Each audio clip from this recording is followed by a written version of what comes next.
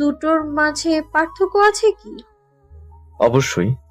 প্রেমে যখন তখন পড়া যায়, যে কোনো বয়সে পড়া যায়। আপনি আপনার 60 বছর বয়সেও নির্দ্বিধায় প্রেমে পড়ে যেতে পারবেন। কিন্তু ভালোবাসার সংজ্ঞাটা আলাদা। ভালোবাসাটা হুট করে হয় না। কখনো প্রেমে পড়লেও ভালোবাসা হয়ে ওঠে না। বাড়ি থেকে পালিয়েছেন? আপনাকে দেখে মনে হচ্ছে যখন তখন জ্ঞান হারাবেন। আমি কি সাহায্য করতে পারি? আমি পাশে দাঁড়ানো ছেলেটাকে ভালোভাবে লক্ষ্য করলাম। মাথায় ঝাঁকড়া চুল, চুলের আড়ালে চশমা পরিহিত, একজোড়া তীক্ষ্ণ চোখ। মোটা চশমার উপর থেকেও তার তীক্ষ্ণতা স্পষ্ট। দেখে ভদ্র পরিবারের ছেলে বলে মনে হচ্ছে, কিন্তু আমার সন্দিহান মন তাকে প্রশ্রয় দিতে চাইল না। তাই বললাম, আমি ঠিক আছি, ধন্যবাদ। ছেলেটা আমার কথা বুঝলো কিনা কি জানি, সে আশেপাশে তাকিয়ে সন্দিহান কণ্ঠে বলল, আপনার সাথে কেউ নেই? আপনার প্রেমিক বা বয়ফ্রেন্ড যেটাই বলুন, তিনি কোথায়? আমি বেশ বিরক্ত হলাম তার কথায়। আমার সাথে কেউ থাকুক বা না থাকুক, তার দিয়ে তার কি? আশ্চর্য। আমি বেশ জোরালো গলায় বললাম, আমার প্রেমিক নেই। আপনার ফেলে পালিয়ে গেছে নাকি কখনোই ছিল না? এবার আমি রোষাত্মক দৃষ্টিতে তার দিকে চাইলাম, চিবিয়ে চিবিয়ে বললাম, আগে কখনো ছিলই না। কেন? না থাকায় অন্যায় হয়েছে? ছেলেটা প্রথম হাসলো, নীরবে গা দুলিয়ে হাসলো। হাসির সাথে তার ঝাঁকড়া চুলগুলো তুলে উঠলো। ভীষণ স্নিগ্ধ এই দৃশ্যটা। কিন্তু এই মুহূর্তে তার স্নিগ্ধতা না আমার অসহ্য ঠেকলো। আমিও অন্যদিকে চেয়ে বসলাম। আমার থেকে বেশ দূরত্ব রেখে সে স্টেশনে বেঞ্চে বসলো। ব্যাগ থেকে পানির বোতল বের করে আমার দিকে এগিয়ে দিয়ে বলল, একটু পানি খেয়ে নিন, আপনার ভালো পানি কিনে ফিরে আসলো সে। আমার সামনে এসে দাঁড়িয়ে ভারী গলায় বলল, এটা দোকান থেকে এনেছি, দেখেছেন নিশ্চয়। আমি মোটেও কোনো অজ্ঞান দলের সদস্য নই। আপনার সিক লাগছে তাই সাহায্য করতে চাইছি। যতদূর জানি আমার পাশের সিটটা আপনার। গাড়ি চলতে শুরু করার পর অসুস্থ হয়ে পড়লে আমার যাত্রাপথটা আপনার সেবা করতে করতে কেটে যাবে। সেটা চাচ্ছি না বলে এখন আগ বাড়িয়ে সাহায্য করলাম। বোতলটা আমার পাশে রেখে চলে যেতে নিয়ে আবারও দাঁড়িয়ে পড়লো সে। পেছন ফিরে বলল, পানিটা খেয়ে নিবেন, আমায় ধন্যবাদ দিতে হবে না। অসুস্থ মেয়ে লোকের ধন্যবাদ আমি পছন্দ করি না। আমি বাকরুদ্ধ হয়ে তাকিয়ে রইলাম। অনুভব করলাম আমার শরীরে হুড়হুড় করে জ্বর বাড়ছে। কথা বলতে ইচ্ছে হচ্ছে না। সকালে না খেয়ে বেরিয়ে পড়েছি। বাড়িতে নিশ্চয়ই এতক্ষণে আমার খোঁজ পড়ে গেছে। তালুকদার বাড়ির মেয়ে বিয়ে থেকে পালিয়েছে, এই সংবাদ যখন মহল্লায় ছড়িয়ে পড়বে তখন কেমন রিয়েক্ট করবে বাবা, এটা ভেবে চিন্তাগ্রস্ত হলাম আমি। বিয়ে শাদী নিয়ে আগ্রহ আমার কোনো কালেই ছিল না। একাকী জীবনের ঝামেলা ঝঞ্ঝাটের শেষ নেই, সেখানে বিয়ে করে আরো ঝামেলা বহন করার মতো সাধ্য তো আমার নেই। আমাদের বাড়িতে পুরনো এক নিয়ম আছে। আমাদের বিশাল জনসংখ্যার বাড়িটিতে কখনো আয়োজন করে বিয়ে হয় না। 2 মাস বসে পাত্র দেখা, তারপর পছন্দ হলে বিয়ে। এই নিয়মের বাইরে ছিলেন আমার দাদু। তার মতে এই অপ্রয়োজনীয় জিনিসে সময় নষ্ট না করে জীবন জীবনের মতো চলুক। কখনো চোখের সুপাত্র বা পাত্রী পেলে টুক করে বিয়ে দেয়া যাবে। দাদু বেঁচে নেই, তিনি গত হয়েছেন, বছর 6 হয়েছে। তবে তার রেখে যাওয়ার রীতি এখনো চলছে। আমার বিয়েটা বাবা হঠাৎ করে 3 দিন আগে ঠিক করেছেন। পাত্র সম্পর্কে তার এক বন্ধুর ছেলে, অতীব গুণ সম্পন্ন। পাত্রকে দেখতেই তার মেয়ের জামাই হিসেবে পছন্দ হয়ে গেল। এমন যোগ্য পাত্র হাতছাড়া করার কথা তিনি একবারও ভাবতে পারলেন না। বাড়িতে এসে সবাইকে ডেকে জানালেন আমার বিয়ের কথা। আমি তো রীতিমতো বাবার কথার উপর কথা বলার নিষেধাজ্ঞা থাকায় কিছু বলতেও পারলাম না। সেদিনই ঠিক করে নিয়েছি পালাবো আমি। আমার এই প্ল্যানে সাহায্য করলেন আমার একমাত্র মামা, তবে তিনিও এখন গা ঢাকা দিয়েছেন। মাস 2-1-এর মাঝে তার কোনো খোঁজ পাওয়া যাবে না। হয়তো পাহাড় কিংবা সমুদ্রে ঘুরে বেড়াবে সে। বাড়িতে আমাকে খুঁজে না পেলেই সন্দেহের তীর মামার দিকে ছুটবে। বাবা হয়তো মামার সেই 10 বছর আগের ছবি দিয়ে পোস্টার ছাপিয়ে এলাকায় লাগিয়ে দিবেন। এগুলো সামান্য পরিমাণ প্রাইজ মানির কথাও উল্লেখ থাকবে তাতে। বাবা এটা জেনে বুঝেই করেন। টাকার লোভ সব থেকে বড় লোভ। কেউ না কেউ টাকার লোভে ঠিক তাকে বাড়ির মানুষরূপী গাধাটাকে খুঁজে বের করবে বলে বিশ্বাস তার। এবার আসি আমার কথায়। আমি আদ্রিতা আঞ্জুম, অনার্স 2য় বর্ষের ছাত্রী। আমি মূলত ঈদের ছুটিতেই বাড়ি এসেছি। রাজশাহীতে থেকে পড়াশোনা করি আমি। বাবা মায়ের 3য় সন্তান। আমার থেকে বড় 2জন ভাই আছে, বড় ভাই আদিব আর মেজ ভাইয়া আকিব। বড় ভাই বিবাহিত। মেজ ভাইয়া বিয়ে থেকে পালাতে বিদেশে আশ্রয় নিয়েছেন। মেজো ভাইয়ের পর আমিও একমাত্র সাহসী ব্যক্তি যিনি বিয়ে থেকে পালিয়ে মামার সাথে ছোটখাটো ট্যুরে যেতে চাইলেও সে চিন্তা আপাতত বাদ দিয়েছি আমি। আমার উদ্দেশ্য এখন রাজশাহী হোস্টেলে ওঠার চিন্তা আপাতত করছি না আমি। আমাকে খোঁজার জন্য বাবা সর্বপ্রথম আমার হোস্টেলে হানা দিবেন, সে কথা আমার জানা আছে। বর্তমানে আমার যাওয়ার জন্য সেফ জায়গা হচ্ছে রিক্তা আন্টির বাসা। বাবা কখনোই সেখানে আমায় খুঁজতে যাবেন না। এর পেছনে বিশাল এক রহস্য রয়েছে। রিক্তা আন্টির সাথে কোনো এক কালে বাবার প্রণয়ের সম্পর্ক ছিল, তবে সাহসের অভাবে বাবা দাদুকে তার সেই পছন্দের কথা জানাতেই পারলেন না। বাবার বিয়ে হয়ে গেল আমার মায়ের সাথে। রিক্তা আন্টি সেই কথা জানতে পেরে সোজা আমার দাদুর সাথে দেখা করলেন। দাদুর সামনেই বাবার গালে কষে থাপ্পড় মেরেছিলেন। এর এক সপ্তাহখানেক বাদেই নাকি রিক্তা আন্টিরও বিয়ে হয়ে যায়। এই সবটা আমি মায়ের কাছ থেকে শুনেছি, কিন্তু কোনো এক কারণে আন্টি আমায় ভীষণ পছন্দ করেন। এখন ভাবছেন আমার সাথে রিক্তা আন্টির পরিচয় হলো কিভাবে, তাই তো? আসলে রিক্তা আন্টি আমার বাবার চাচাতো বোন, সেই সূত্রেই আমাদের পরিচয়। আমি এখন আন্টির বাসাতেই যাচ্ছি। আন্টির বাসার ঠিকানা মামা ম্যানেজ করে দিয়েছে আমায়। আন্টি আমায় দেখে কেমন রিয়াকশন দিবে তা ঠিক জানা নেই আমার। এটাও জানা নেই তার বাড়িতে থাকার পারমিশন পাবো কি না। তবে আমি আশাবাদী, এক সপ্তাহ তার বাড়িতে থাকতে পারলেই বাকিটা ম্যানেজ করে নিতে পারবো। বাস এসে পড়েছে। ঝাঁকড়া চুলওয়ালাকে কোথাও দেখতে পেলাম না। আশেপাশে উকি দিয়ে তাকে খোঁজার চেষ্টা করলাম, দেখলাম কিছুটা দূরে দাঁড়িয়ে স্মোক করছেন তিনি। নাক কুচকে নিলাম। দেখতে ভদ্র হলেও স্বভাব মোটেও ভদ্র না দেখছি আমি। দুর্বল শরীরে উঠে দাঁড়ালাম আমি। পাশ থেকে জামা কাপড়ের ব্যাগটা তুলে সোজা বাসে উঠে পড়লাম। আমার সিট নাম্বার 16, জানালার পাশের সিটটা 15 নাম্বার। এটা নিশ্চয়ই ঝাঁকড়া চুলওয়ালার। আমি জানালার পাশেই বসলাম। যতটুকু মনে হচ্ছে এই সিট নিয়ে তিনি খুব একটা ঝামেলা করবেন না। তিনি উঠলেন সবার শেষে, বিনা বাক্যে এসে পাশের সিটে বসলেন। সিট বদলানোর ব্যাপারে কোনো কথাও বললেন না। আমার একটু অস্বস্তি হলো। যতই হোক, তার সিট এভাবে দখল করার জন্য একটা সরি অন্তত বলা উচিত। বাস ততক্ষণ ছেড়ে দিয়েছে। আমি বেশ সময় নিয়ে বললাম, আপনি কি সিটের জন্য রাগ করেছেন? আসলে আমি জানালার বাইরে না তাকিয়ে বাস জার্নি করতে পারি না, মাথা ঝিমঝিম ধরে যায়, বমি হয়। আপনাকে অসুবিধায় ফেলতে চাই না আমি, এজন্যই আপনার পারমিশন ছাড়াই এখানে বসেছি। কোনো উত্তর এলো না। এবার আমি ঘাড় ঘুরিয়ে তার দিকে তাকালাম।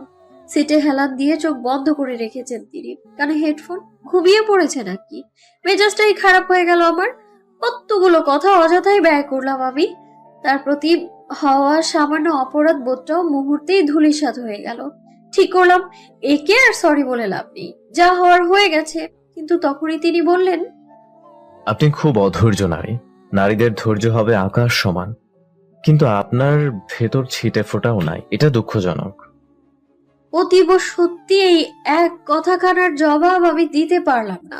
বাসের জানালা থেকে বাইরে তাকিয়ে রইলাম নিশ্চুপ ভাবে। তিনিও আমাকে আর ঘাটালেন না, একইভাবে চোখ বন্ধ করে বসে রইলেন। আমার ফোনে কল এলো। মামা কল করেছে। কল ধরতেই মামার হাস্যোজ্জ্বল কণ্ঠস্বর কানে এলো।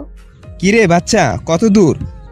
আমি ঠোঁট উল্টে জবাব দিলাম, মাত্র 20 মিনিট হলো গাড়ি ছেড়েছে, এখনো বেশ দেরি। তুমি কোথায় আছো? আমার কথা বাদ দে, তোর বাপ কি করেছে জানিস? আমার নামে মামলা করছে। ভাবতে পারছিস কোন লেভেলের মির্জাফর তোর বাপ? ছোট থেকে কুলে পিঠে করে তোকে মানুষ করলাম আমি, আর তার প্রতিদান এই দিল? আমি অবাক হলাম না। বাবার পক্ষে এটা করা অসম্ভব ব্যাপার নয়। মামাকে সে আগেই বলে রেখেছিল, মামা যদি আর কোনো ঝামেলা বয়ে আনে তার ঘাড়ে, তাহলে সে মামাকে হাজতে পাঠাবে। আমি ছোট করে শ্বাস ফেলে বললাম, তুমি জানলে কিভাবে এত সব? তোর পালানোর পিছনে আমার কোনো হাত নেই, এটা প্রমাণ করতেই আমি নিজে তোর বাপকে কল করেছিলাম। তোর নতুন সিমের নাম্বারটাও তাকে দিয়েছি। তুই রাজশাহীতে যাচ্ছিস এটাও আমি বলেছি। মুখ ফসকে বাসের নাম্বারটা বলে দিয়েছি। কেবল কার বাড়িতে যাচ্ছিস সে কথা বলিনি। কিন্তু বেটা তার আগে আমার বিরুদ্ধে মামলা করে ফেলছে। আমি আঁতকে উঠলাম। চাপার রাগে ছলকে উঠলো মস্তিষ্ক। মামাকে বললাম, কি করেছো তুমি বুঝতে পারছো? অবশ্যই বুঝতে পারছি। তোর বাপের মতো খাটো মস্তিষ্ক না আমার। কথা হচ্ছে তোর বাপ যখন তখন পুলিশ নিয়ে তোর বাস আটকাবে। তোর উচিত এখনই বাস থেকে নামে পড়া, ডিরেক্ট রাজশাহী না যেয়ে ভেঙে ভেঙে যাওয়া। তোর বাপের পক্ষে ওভাবে তোকে খুঁজে বের করা সম্ভব হবে না। আমি উদ্ভ্রান্তের মতো বাসের জানালা থেকে উকি দিলাম। পেছন থেকে কেউ আমায় টেনে সিটে বসিয়ে দিল। তাকিয়ে দেখলাম ঝাঁকড়া চুলের অধিকারী মানুষটা কপাল কুঁচকে বিরক্ত চোখে তাকিয়ে আছে। বেশ বিরক্ত গলায় বলল, মরতে চাচ্ছেন? অন্য কোনো ওয়েতে মরুন। এভাবে মরলে আজ আর আমার বাড়ি ফেরা হবে না। বুঝতেই পারছেন পুলিশের একটা ব্যাপার আছে, কিন্তু আমার বাড়ি ফেরাটা খুব জরুরি। ফোনের ওপাশ থেকে মামা বললেন। তোর পাশে কে? আমি জবাব দিলাম, একটা খারজ লোক, তার প্রতি কথায় জ্ঞান ঝরে পড়ে। মামা ওপাশ থেকে হু হা করে হাসলেন, হাসতে হাসতে বললেন, তোকে শেষবারের মতো একটা উপকার করি বাচ্চা, তুই ওই লোকের সাথেই পালিয়ে যা, নয়তো ওই লোককে নিয়ে পালিয়ে যা। না যেতে চাইলে হুমকি দে। তুই তোর বাপের মেয়ে হয়ে এটুকু তো করতে পারিস। হুমকি দেওয়ার ব্যাপারটা তোদের রক্তের সাথে মিশে আছে। আমি মামার মশকরা শোনার মুডে নেই এই মুহূর্তে, তাই রেগে বললাম, মশকরা রাখো তো, ভালো বুদ্ধি থাকলে দাও, বিপদে তো ফেলেছই, এখন বের হওয়ার একটা উপায় দাও অন্তত।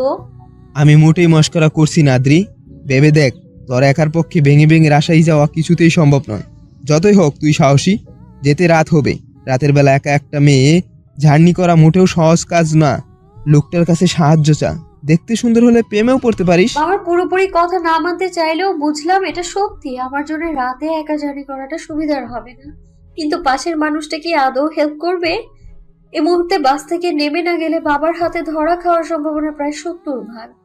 বাকি 30 ভাগ সম্ভাবনা রয়েছে পুলিশের হাতে থানায় যাওয়ার। বাবা হয়তো আমার নামেও ইতিমধ্যে মামলা ঠুকে দিয়েছেন, মানহানির মামলা।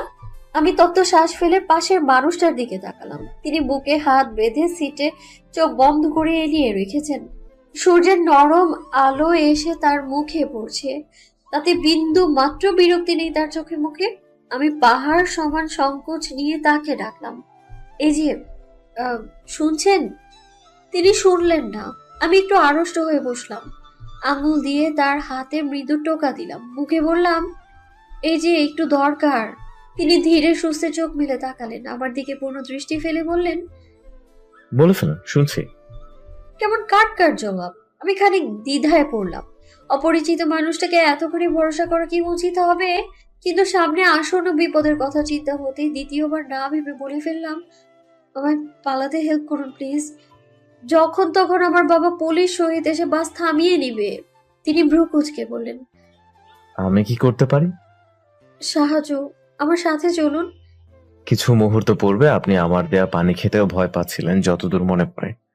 হঠাৎ এই মন পরিবর্তনের কারণ? আমি কিন্তু খারাপ হতেই পারি। আমি জবাব দিতে পারলাম না। আমি তো কেবল তাকে এখনো পুরোপুরি বিশ্বাস করে উঠতে পারছি না। কেবল সাহায্য চাওয়ার মতো মানুষ আশেপাশে নেই, তাই বাধ্য হয়ে তার সাহায্য নিচ্ছি। এই কথা তাকে বলা যাবে না তো। ততক্ষণে সে সিট ছেড়ে উঠে দাঁড়িয়েছে। বাসের হেল্পারকে ডেকে বললেন, মামা, বাস সাইড করো, এমার্জেন্সি, আমাদের এখনই নামতে হবে। পরক্ষণে আমার দিকে তাকিয়ে বলল, বসে আছেন কেন? চলে আসুন। সুন্দরী মেয়েদের আবদার প্রত্যাখ্যান করতে পারি না আমি। বাস সাইড করা হলো।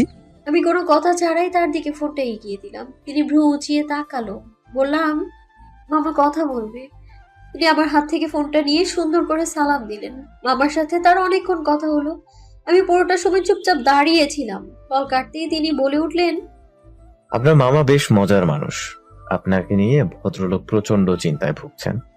আমি তার এই কথার জবাব দেওয়ার প্রয়োজন মনে করলাম না। তাকে উল্টো প্রশ্ন করলাম, আমরা কোথায় যাব এখন? কোনো নাস্তার হোটেলে। আপনি সকাল থেকে না খেয়ে আছেন নাকি? আজ অনেক জার্নি হবে, না খেয়ে জার্নি করাটা ঠিক হবে না, অসুস্থ হয়ে পড়বেন। আমরা পাশের এক নাস্তার হোটেলে গেলাম। পরোটা শেষ হয়ে গেছে, ডিম সিদ্ধ আর সিঙ্গারা অর্ডার করা হলো। খাবার আসতে 2 মিনিট দেরি হবে। সিঙ্গারা ভাজার জন্য কেবল তেলে দেয়া হয়েছে। আমি সেই দিকেই তাকিয়ে আছি। ঘ্রাণে ক্ষুধা আরো বেড়ে গেছে। তিনি বললেন, আপনি বেশ অদ্ভুত। আমার সাথে এতটা পথ যাওয়ার প্ল্যান করেছেন, কিন্তু এখন পর্যন্ত আমার পরিচয় দূরে নামটাও জানতে চাইলেন না। আপনি কি একটু ভয় পাচ্ছেন না? আমি স্বভাবতই খুবই সন্দেহপ্রবণ। টুক করে কাউকে পছন্দ করে ফেলার মতো না আমি। কাউকে পুরোপুরি ভাবে বিশ্বাস করতে লম্বা সময়ের প্রয়োজন হয় আমার। সেখানে সকালে দেখা হয়ে যাওয়া একটা ছেলেকে বিশ্বাস করার তো প্রশ্নই আসে না। তবে তাকে খুব একটা অবিশ্বাস্য করতে চাচ্ছি না। এতটুকু সময় তাতে যতটুকু বুঝেছি, সে বেশ প্রাণোচ্ছল স্বভাবের একজন মানুষ। মানুষের সাথে মিশে যেতে পারে মুহূর্তের মধ্যেই। এই ধরনের মানুষরা বিপদে জড়িয়ে পড়ে বেশি, কারণ তারা সহজেই সবাইকে বিশ্বাস করে নেয়। আমিও তো তার কাছে অজানা, তবু কেন সে হেল্প করতে চাইলো? কারণ সে বোকা, ভীষণ বোকা। এমনও হতে পারতো আমি তাকে অপহরণ করে মোটা অঙ্কের টাকা দাবি করলাম। তপ্ত শ্বাস ফেললাম আমি। তার দিকে সোজা চোখে তাকিয়ে বললাম, আমি আপনাকে বিশ্বাস করিনি, আমি কেবল আপনার উপর ভরসা রেখেছি। আপনি আমার ভরসা রাখতে না পারলে তা আমাকে কোনোভাবে ক্ষতি করতে পারবেন না। তিনি হাসলেন, নিঃশব্দে গা কাঁপিয়ে হাসি। আমি অপলক তাকিয়ে রইলাম। কি ভীষণ সুন্দর লাগছে। কোনো সিনেমার নায়ক কিংবা রাজকুমারের মতো সৌন্দর্য নেই তার, কিন্তু তবুও অপরূপ, যেন কোনো উপন্যাসের পাতা থেকে উঠে আসা শুদ্ধ মানব। আমার সত্যি তার নাম জানতে ইচ্ছে হলো। এই অদ্ভুত সুন্দর মানুষটার নামটাও নিশ্চয়ই অদ্ভুত হবে। খাবার চলে এসেছে। আমি পরোটা ছিঁড়ে মুখে না দিয়ে তার দিকে তাকালাম, জিভ দিয়ে ঠোঁট ভিজিয়ে নিয়ে বললাম, আপনার নাম? তিনি মাথা উঁচু করে ভ্রু বাঁকালেন। আমি নড়ে চড়ে পুনরায় বললাম, আপনার নাম জানতে চাচ্ছি। ভেবেছিলাম এই বিষয়ে সে মজা উড়াবে, হয়তো আবারও গা দুলিয়ে হাসবে, কিন্তু তেমন কিছুই না করে ফের স্বাভাবিকভাবেই জবাব দিলেন সে। স্বচ্ছ। আমি হেসে বললাম, ইউ মিন পরিষ্কার? এটাই আপনার নাম? তিনি মুচকি হাসলেন।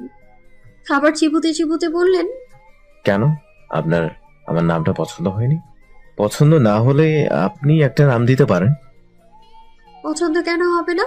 নামটা একদম আপনিটাই। বরং আপনার নাম এটা না হয়ে অন্য কিছু হলেই বেমানান লাগতো। তিনি পুনরায় হাসলেন, তবে জবাব দিলেন না। খাওয়া দাওয়া শেষে আমরা অটোয় চেপে রেল স্টেশন চলে গেলাম। জীবনের প্রথম রেল যাত্রা হতে চলেছে আমার। আইডিয়াটা স্বচ্ছর। রেল মাঝ রাস্তায় থামিয়ে দেওয়ার ক্ষমতা আমার বাবার নেই, তাই এটা আপাতত সেফ বলা চলে। স্বচ্ছ পুরো একটা কেবিন বুক করতে চাইলেন, কিন্তু আমি বাধা দিলাম। অপরিচিত একটা ছেলের সাথে কেবিনে একা যাওয়াটা আপাতত দৃষ্টিতে খারাপ বলেই মনে হলো আমার। নর্মাল দুটো টিকিট কাটা হলো। রাজশাহীতে পৌঁছাতে প্রায় 6 ঘন্টার মতো লাগবে। দীর্ঘ জার্নি। ছোটবেলায় ট্রেন কবিতায় পড়েছিলাম, ট্রেন ঝকঝকাঝক শব্দে চলে। আজ তার নিজ থেকে উপলব্ধি করলাম, কি ভীষণ শব্দ, মাথা ধরে আসে। তবুও ভালো লাগছে। ট্রেনের জানালা থেকে পুরো আকাশটা দেখা যাচ্ছে। নীলচে আকাশে গাংচিল উড়ে বেড়াচ্ছে।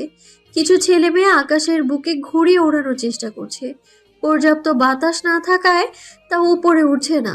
রেল লাইনের পাশ ঘেঁষে বিশাল মাঠ।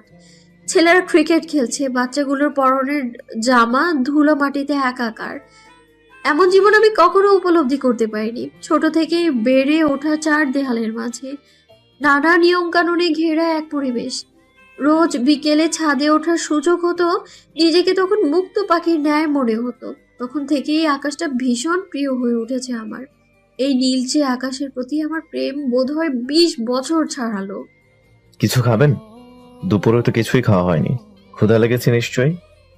কথাটা আমাকে জিজ্ঞেস করলেও আমি উত্তর দেওয়ার পূর্বে সে ব্যাগ থেকে একটা পাউরুটির প্যাকেট বের করে দিল আমার হাতে। আশেপাশে তাকিয়ে বলল, এখানে চা পাওয়া যায়, ফ্লাস্কে করে বিক্রি করে। খাবেন? এবারও সে আমার উত্তরের অপেক্ষা করলো না, সিট থেকে বের হয়ে চা আনতে চলে গেল। আমি সেই দিকে তাকিয়ে মুচকি হাসলাম। না চাইতেও মানুষটাকে বেশ ভালো লেগে যাচ্ছে। আমরা যখন রাজশাহীতে পৌঁছলাম তখন ঘড়িতে বেজে সন্ধ্যা 7টা। দীর্ঘ এই জার্নিতে কোমর যেন বেঁকে গিয়েছে আমার। সোজা হয়ে দাঁড়াতে বেগ পেতে হলো। স্বচ্ছ আমাকে এগিয়ে দিতে চাইলো, কিন্তু আমি মানা করে দিলাম। একটা মানুষের থেকে আর কত হেল্প নেওয়া যায়? বরং তার থেকে সাহায্য নিতে বরং বেশ লজ্জা লাগবে আমার। এর মাঝে স্বচ্ছর বাড়ি থেকে কল এলো। তার তো বাড়িতে দুপুরের দিকে পৌঁছে যাওয়ার কথা। আমার জন্যই এতটা দেরি হয়ে গেল। পরিবারের লোকেরা নিশ্চয়ই চিন্তা করছে। আমার মন খারাপ হয়ে এলো। দেখলাম সে কপালে ভাঁজ ফেলে ফোনে কথা বলছে। সিরিয়াস কিছু কি? স্বচ্ছ কথা শেষ করে বেশ স্বাভাবিকভাবেই জানালো, আমাকে এখন যেতে হবে মিস, দুঃখিত। আপনার হয়তো বাকিটা একাকেই ম্যানেজ করতে হবে। সাবধানে থাকবেন।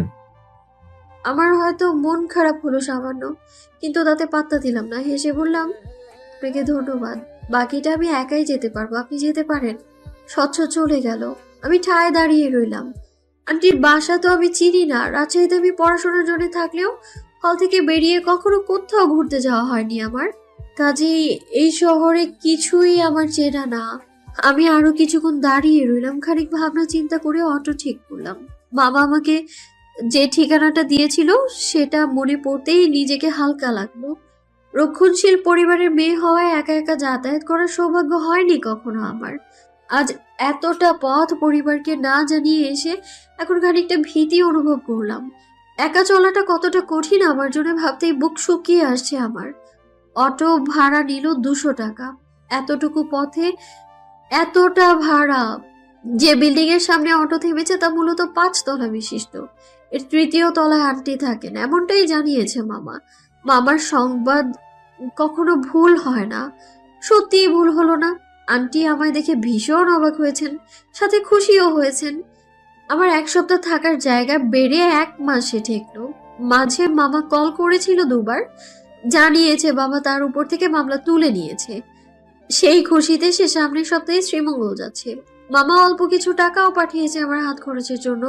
এই 1 সপ্তাহ আমি পুরো ঘরে বসেই কাটালাম। আন্টি আমায় এখনো পর্যন্ত এভাবে তার বাসাতে আসার কারণটা জিজ্ঞেস করেননি, বরং আমি আশায় যেন তার উপকারই হয়েছে, সে প্রাণ খুলে গল্প করতে পারে, তার হাতের নতুন নতুন রেসিপি খাইয়ে তার ফিডব্যাক নিতে পারে। আমার সময়ও বেশ ভালোই চলছে এভাবে। এর মাঝে স্বচ্ছ নামক মানুষটাকে ভুলে বসলাম আমি। ভুলে বসলাম তার ঝাঁকড়া চুলের সৌন্দর্যের কথা। চশমার আড়ালে থাকা তীক্ষ্ণ এক জোড়া চোখকে ভুলে বসলাম আমি। এতটা স্বার্থপর আমি। তার সাথে আমার দেখা হলো এক বিকেলে অনাকাঙ্ক্ষিত ভাবে। আন্টি সেদিন অনেক কাপড় কেচেছেন। কাপড় শুকোতে দেওয়া হয়েছে ছাদে। আন্টির হাঁটুতে সমস্যা রয়েছে, খুব বেশি সিঁড়ি বেয়ে উপরে ওঠানামা করতে পারেন না তিনি। তখন বিকেল পড়েছে, সোনালি সূর্য ডুবে নরম আলো ছড়িয়ে পড়েছে। আন্টি আমায় বললেন ছাদ থেকে কাপড়গুলো এনে দেওয়ার জন্য। এর পূর্বে আমি কখনোই আন্টিদের ছাদে যাইনি, বাসা থেকে বেরই হয়নি বললে চলে। ছাদটা বেশ সুন্দর আর পরিপাটি, বিভিন্ন ফুল গাছ দিয়ে সাজানো। অর্কিড জাতীয় ফুল সংখ্যা বেশি। যে ব্যক্তির গাছ তিনি বেশ রুচিশীল হবেন। আমি ছাদে দাঁড়িয়ে রইলাম অনেকক্ষণ। সন্ধ্যা ঘনিয়ে আসা পর্যন্ত অপেক্ষা করলাম। যখন দিনের আলো মিলিয়ে যেতে শুরু করলো তখন কাপড় নিয়ে নিচে নামতে যেয়ে আবিষ্কার করলাম স্বচ্ছকে, সেই ঝাঁকড়া চুলার তীক্ষ্ণ এক জোড়া চোখ। আমি স্তব্ধ হলাম, থমকে যাওয়া দৃষ্টিতে তাকালাম, দেখলাম তাকে। এটা ভ্রম নয়, এটা সত্যি। প্রেমে পড়া বারণ, এই উক্তিটি সেই ছোট থেকে শুনে আসছি। আমার বংশের কেউ আজ অব্দি প্রেম নামক শব্দের সাথে পরিচিত হতে পারেনি। প্রেম ধ্বংস বয়ে আনে এমনটাই বলা হয়েছে আমাদের। ঠিক বুঝতে শেখার পর থেকেই আমাদের এই বিষয়ে শিক্ষা প্রদান করা হয়েছে। আমরা ভাই বোনেরা আজ অব্দি সেই কথা মাথায় রেখেই চলেছি। ভুলবশত কখনো কারোর প্রতি আকৃষ্ট হতে দেইনি নিজেদেরকে। এত বছরের সাধনা কি তবে বৃথা হতে গেল? বাদামি বর্ণের এই অগোছালো মানুষটাই তবে দৃষ্টি কেন থমকালো? কেন বুকের ভেতরটা তাকে দেখতে আনন্দজাল বুনতে লাগলো? এর উত্তর নেই আমার কাছে।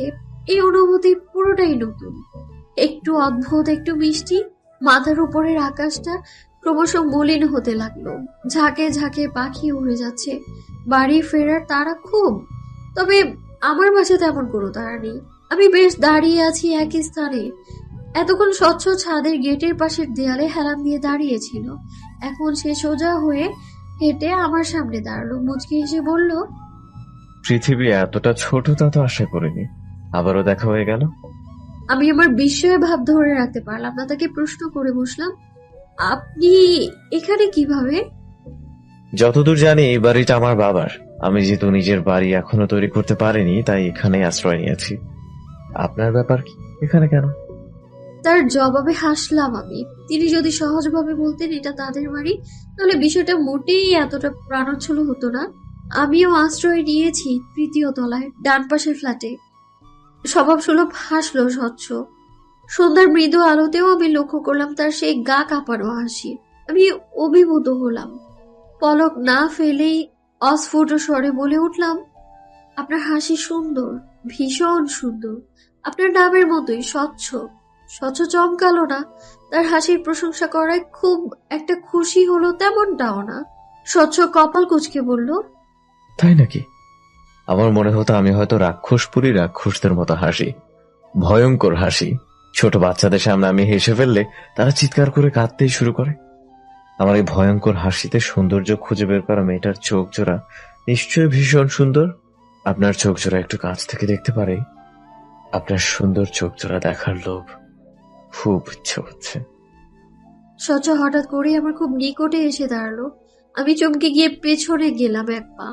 হাত থেকে দু চারটা কাপড় পরেও গেল। লক্ষ্য করলাম চশমার আড়ালে থাকা চোখ দুটো কুঁচকে এসেছে। স্বচ্ছ নিভু গলায় বলল, পেছালেন কেন? অন্ধকারে দেখা যায় না। সে আবারও এক পা এগোলে আমি পুনরায় পেছাতে গেলে সে বলে ওঠে, নড়বেন না, 1 মিনিট সময় দিন। আমি সত্যিই নড়লাম না, ঠায় দাঁড়িয়ে রইলাম। 1 মিনিট পার হলেও নড়বার বিন্দু মাত্র শক্তি পেলাম না আমার মাঝে। স্বচ্ছ নিজেই সরে দাঁড়ালো। নিচ থেকে কাপড়গুলো তুলে আমার হাতে দিয়ে বিনা বাক্য ব্যয়ে ছাদ থেকে নেমে গেল সে। আমি তখনও ঘোরের মাঝে, শরীরে তীব্র কাঁপুনি অনুভব করলাম। আমার হাত পা কাঁপছে। স্বচ্ছর উইদাউট নোটিসে এভাবে কাছে আসাটা আমার মনে প্রভাব ফেলল খুব। 2 দিন ঘুম হলো না আমার। আমার জীবন কেমন করে যেন স্বচ্ছতে তলিয়ে গেল। উঠতে বসতে খেতে কেবল স্বচ্ছকে নিয়েই ভাবতে বসে গেলাম আমি। বিষয়টা এখানেই থামলো না। স্বচ্ছর প্রতি আমার অনুভূতি বাড়াবাড়ি পর্যায়ে চলে গেল। আজকাল হুটহাট তাকে দেখতে মন চায়। দিনের অধিকাংশ সময়ই আমার কাটতে লাগলো বারান্দায় দাঁড়িয়ে। এই বুঝি স্বচ্ছ গেট থেকে ঢুকলো, কিন্তু তার তো দেখা নেই। সেদিনের পর থেকে যেন উধাও হয়ে গেছে সে। আমার ভারী দুঃখ হলো। আমি যার জন্য এতটা উতলা হলাম, সে কি আমার কথা একবারও ভাবে না? রোজ বিকেলে নিয়ম করে ছাদে যাওয়া হয় এখন, সেখানেও স্বচ্ছকে পাওয়া গেল না। স্বচ্ছহীন জীবন এভাবে 1 সপ্তাহ কেটে গেল আমার। একদিন হুট করেই বাবার নাম্বার থেকে কল আসলো। মামা এই নাম্বারটা অনেক আগেই বাবাকে দিয়েছে। এতদিন বাদে আজ কেন কল করলেন? আমার সন্দিহান মন চাপ অনুভব করলো। নিশ্চয়ই কিছু ঘটেছে, হয়তো খুব খারাপ কিছু। আমি কিছুটা আতঙ্ক নিয়েই কলটা রিসিভ করলাম। হ্যালো বস থেকে বাবা গম্ভীর গলায় বললেন, আর কতদিন বেড়াবে? বাড়িতে ফিরছো না কেন? 2-1 দিনের মাঝেই চলে আসো। শুনেছি কিছুদিন বাদে নাকি পরীক্ষা তোমার। না পড়লে খাতায় কি লিখবে? আমার এই বংশের কোনো ছেলে। নিজেকে পৃথিবীর নিষ্ঠুরতম মানুষ বলে মনে হচ্ছে আমার। তখনই বড় ভাইয়ার গলা শুনলাম। ভাইয়া পাশ থেকে চিৎকার করে বলছে। আমি এবারও জবাব দিতে পারলাম না। ডুকরে কেঁদে উঠলাম। আমার কান্না হয়তো মা শুনলেন। সে নিজে কাঁদতে কাঁদতে আমার সান্ত্বনা দেওয়ার সুরে বললেন, কাঁদে না মোনা, আমি তোর বিকাশে টাকা পাঠানোর ব্যবস্থা করছি। কালই চলে আয় না, তোর জন্য পাবদা মাছ আনিয়েছি। তোর ছোট চাচু বাজার থেকে টাটকা মাছ খুঁজে এনেছে। বাবা মায়ের হাত থেকে ফোনটা নিয়ে নিলেন আর ধমক দিয়ে বললেন, কি শুরু করলে? এমন মরা কান্না শুরু করেছো কেন? আমি এখনো মরিনি। আর হ্যাঁ, তুমি আদ্রিতা, বাড়ি ফেরার জন্য প্রস্তুত হও। এতদিন মানুষের বাসায় থাকা ভালো না। এখন রাখছি। ফোনটা কেটে গেল। আমি সেদিন পুরো রাত কাঁদলাম। আন্টি এসে খেতে ডেকে গেল, আমি গেলাম না। পরক্ষণে আন্টি ভাত নিয়ে রুমে আসলেন, জোর করে খাইয়ে দিলেন আমায়। এতেও আমার দুঃখ হলো খুব। আমি আন্টিকে জড়িয়ে ধরে কেঁদে ফেললাম। তুমি খুব মিস করবো আন্টি। এত কেন ভালোবাসলে তুমি আমায়? এখন তোমায় ছাড়া যেতেও আমার কষ্ট হবে খুব। আন্টি হাসলেন। যত্ন করে তার শাড়ির আঁচলে মুখটা মুছে দিলেন, চোখ মুছে দিলেন আমার। কাঁদে না পাগল মেয়ে, তোমার লেখাপড়া তো এখানে, যখন ইচ্ছা তখনই চাইলেই চলে আসবে। আমার কান্না থামলো। সত্যিই তো তাই। পরদিন সকালে আমার যাওয়া হলো না। আন্টি যেতে দিলেন না। সেদিন আন্টির বিবাহ বার্ষিকী ছিল। আন্টি ভালো মন্দ রান্না করলেন। সব ফ্ল্যাটে খাবার দেওয়া হলো। বাড়িওয়ালার বাড়িতে খাবার পাঠাতে দেওয়া হলো আমাকে। আমি সাথে সাথেই রাজি হয়ে গেলাম। বাড়িওয়ালার ফ্ল্যাট 2য় তলায়। 2য় তলায় একটাই ফ্ল্যাট, পুরো ফ্লোরটাই তাদের। কাঠের বিশাল দুপাটের দরজা। আমি বেল দিলাম। আগ্রহ ভরা দৃষ্টিতে চেয়ে রইলাম দরজার দিকে। তখনই দরজাটা খুলে উকে দিল কাঙ্ক্ষিত পুরুষটি। কতদিন বাদে দেখলাম তাকে। হৃৎপিণ্ডটা সেকেন্ডের জন্য হলেও থমকালো আমার। তার মাঝে তেমন কোনো লক্ষণ দেখা গেল না। সে তার স্বভাব মতোই হাসলো, বলল, আকাশ থেকে নেমে আসা অপসরী আমার ফ্ল্যাটের সামনে হাজির হলো কোন উদ্দেশ্যে? কিছু সময় সামনে দাঁড়িয়ে থাকা মানুষটাকে হাজারো বুঝতে চেষ্টা করলেও কেন যেন বোঝা হয়ে ওঠে না। আমিও তেমনি স্বচ্ছকে বুঝতে পারি না। তার ওই গাঢ় চোখের চাহনির পেছনের গোপনতা ধরতে পারি না আমি। দীর্ঘদিন তাকে দেখতে না পেরে যে ব্যথা অনুভব হয়েছিল, তাকে দেখা মাত্র তা আবারও গাঢ় হলো আমার। তার এই নির্লিপ্ততা আমায় পোড়ালো খুব। তিনি তখনও নির্লিপ্ত দাঁড়িয়ে। ভেতরে আসবেন নাকি এভাবেই এক যুগ পার করবেন? আমি তার দিকে ঝাঁপিতে ঢাকা প্লেটটা এগিয়ে দিলাম। মুখে বললাম, আন্টি পাঠিয়েছে তার বিবাহ বার্ষিকী উপলক্ষে। স্বচ্ছ প্লেটটা নিল না, কেমন ভ্রু বাঁকিয়ে তাকালো। হঠাৎ করেই সে দরজা থেকে সরে দাঁড়িয়ে দরজাটা পুরোপুরিভাবে খুলে দিল। ভেতরে চলে আসুন, আম্মু কিচেনে আছে, তার কাছে দিয়ে দেন। অবশ্যই তাকে নিজের পরিচয় দিতে ভুলবেন না। অপরিচিত মানুষ দেখলে ঘাবড়ে যেয়ে চিৎকার চেঁচামেচি করার অভ্যাস আছে তার। কথা শেষ করে স্বচ্ছ উল্টো পথে হেঁটে রুমে ঢুকে দরজাটা বন্ধ করে দিল। একটু অপমান বোধ করলাম। আমি তার বাসায় প্রথম পা রেখেছি, তার অন্তত আমাকে আপ্যায়ন করা উচিত ছিল। এভাবে মুখের ওপর উল্টো পথে হেঁটে দরজাটা আটকে দেওয়া কেমন সভ্যতা এটা? স্বচ্ছর এই আচরণে সব থেকে আহত হলো আমার ব্যক্তিত্ব। লজ্জায় মাটির সাথে মিশে যেতে মন চাইলো আমার।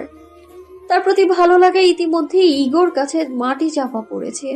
স্বচ্ছদের বাসার বেগুন ভাজা হচ্ছে, সাথে চিনি গুঁড়া চালের পোলাও। ঘ্রাণে পুরো ঘর ভরে উঠেছে। রান্নাঘর থেকে টুংটাং শব্দ আসছে। আমি অস্বস্তি অনুভব করলাম। এভাবে অজানা কারো রান্নাঘরে চলে যাওয়াটা বেশ অস্বস্তিকর। আমি খুব খুব করে কেসে উঠলাম। রান্নাঘর থেকে স্বচ্ছের মা বলে উঠলেন, কে ওখানে? কে এসেছে ঘরে? বলতে বলতেই তিনি খুন্তা হাতে বেরিয়ে এলেন। গেরুয়া রঙের ছাপার একটা শাড়ি পরনে বেশ স্বাস্থ্যবান একজন মহিলা তিনি। গায়ের রং ধবধবে ফর্সা না হলেও বেশ উজ্জ্বল। বোঝাই যাচ্ছে স্বচ্ছতার গায়ের রং পায়নি, চেহারাও তেমন একটা মিল নেই। স্বচ্ছর ভাষ্য মতে তার মা অপরিচিত কাউকে দেখলে চিৎকার চেঁচামেচি করেন, কিন্তু তেমন কিছুই তিনি করলেন না। তবে বেশ বিরক্ত হলেন বোধ হয়। আমায় দেখতেই তার চোখ মুখে কেমন বিষাদ নেমে এলো। তিরিক্ষি মেজাজে বললেন, তুমি এখানে কেন? কিভাবে ঢুকলে? এতক্ষণের অস্বস্তি বোধের পারদটা এবার একেবারে স্কেল ছাড়ালো। প্রথম দেখায় বুঝি কেউ কাউকে এমন প্রশ্ন করে, নাকি এটা তাদের পারিবারিক সমস্যা? কিছুক্ষণ পূর্বে স্বচ্ছ অমানবিক আচরণ করলো, আর এখন তার মা। এমন পরিস্থিতিতে কিভাবে নিজের পরিচয় দিতে হয় জানা নেই আমার। তবুও দেয়ার মতো উপযুক্ত কোনো উত্তর খুঁজতে লাগলাম আমি। এসবের মাঝে স্বচ্ছ এখন পৌঁছে পেছনে এসে দাঁড়িয়েছে, সেটা টের পাইনি আমি। আম্মু, তিনি 3rd ফ্লোরের রিক্তা আন্টির বাসার অতিথি। আজ আন্টির বিবাহ বার্ষিকী। আন্টি খাবার পাঠিয়েছেন, সেটাই দিতে এসেছে। স্বচ্ছর প্রতি কৃতজ্ঞ অনুভব করলাম। একবার তার দিকে ফিরে দেখলাম সে ডাইনিং এর চেয়ারে বসে ফোনে কিছু একটা করছে। ভীষণ মনোযোগে চেয়ে আছে ফোনের স্ক্রিনে। এভাবে যদি একবার আমায় দেখতো, নিশ্চিত তার ওই গভীর চোখ জোড়া আমার ভেতরের তোলপাড়টা দেখতে পারতো। ওটা টেবিলে রেখে দাও। রিক্তা আপা কি হন তোমার? আমি পুনরায় ঘুরে স্বচ্ছের মায়ের দিকে তাকালাম। কেমন কঠিন করে রেখেছেন তিনি চোখ মুখ। আমি প্লেট টেবিলে নামিয়ে রেখে বললাম, তিনি সম্পর্কে আমার বাবার কাজিন হয়। আমি আন্টি বলে ডাকি তাকে। আমার কথার পিঠে তিনি আবার আর কিছু বললেন না। দ্রুত পায়ে রান্নাঘরে ঢুকে গেলেন। পোড়া গন্ধ আসছে, বেগুন ভাজা হয়তো পুড়ে গেছে। স্বচ্ছ, অতিথিকে দাঁড় করিয়ে না রেখে সোফায় বসতে দে। এই দুপুরে তো চা দেওয়া যাবে না। আমি শরবত বানাচ্ছি, চিনিটাও শেষ। দোকান থেকে 1 কেজি চিনি আন। তোর বাপটা সকালে বের হলো, আর খোঁজই নেই। বাজার করতে হবে যে, সে চিন্তা আছে তার। ভদ্রমহিলা আরো কিছু বিলাপ করলেন। আমি চুপচাপ দাঁড়িয়ে রইলাম। এখান থেকে চলে যাওয়ার বাহানা খুঁজলাম। এতটা অস্বস্তিতে এর আগে কখনোই পড়িনি আমি। স্বচ্ছ চেয়ার ছেড়ে উঠে দাঁড়িয়েছে। চলে আসুন মিস অতিথি, আপনার আপ্যায়ন করার সামান্য সুযোগ দেন এই মানবকে। বলেই তিনি হেসে হাতের ইশারা করলেন বসার ঘরের দিকে। আমি কথা না বলে তাকে অনুসরণ করলাম। আমায় বসার ঘরের সোফায় বসতে বলে স্বচ্ছ বেরিয়ে গেল। হয়তো দোকানে গেছে চিনি আনতে। এত বড় ফ্ল্যাটে আমি আর কোনো জীবন্ত প্রাণের অস্তিত্ব অনুভব করতে পারলাম না। এই পরিবারের সদস্য সংখ্যা কি কেবল 3 জন? মাথার উপরের ফ্যানটা বেশ শব্দ করে ঘুরছে। বেশ পুরনো হলেও নতুন করে রং করা হয়েছে ফ্যানের গায়ে। কথায় আছে না, পুরনো জিনিস খাঁটি হয় বেশ। ফ্যানটা শব্দ করলে ঘুরলেও বাতাস হয় দারুণ। আমি বেশ মনোযোগ দিয়ে আশেপাশে তাকালাম। ঘরের আসবাবপত্রগুলো সবই বেশ পুরাতন। সোফার পাশেই চার তাকে ছোট্ট একটা শোকেস, তাতে কেবল পুরনো সময়ের ক্যাসেট সাজিয়ে রাখা। এ পরিবারের কেউ একজন রয়েছেন যিনি সঙ্গীত প্রিয়। শোকেসের উপরেই রয়েছে ক্যাসেট প্লেয়ার। সোফার অন্য পাশে ছোট্ট টেবিলে রয়েছে একটা ফুলদানি, তার পাশেই টেলিফোন। আজকাল খুব কম বাড়িতেই টেলিফোনের ব্যবস্থা আছে। বুঝলাম এই যুগে এসেও স্বচ্ছদের জীবন ধারণা বেশ পুরাতন ধাঁচের। স্বচ্ছ ফিরে এলো মিনিট 10 পর। আমাকে দেখি মুচকি হেসে বলল, অনেক অপেক্ষা করালাম নাকি?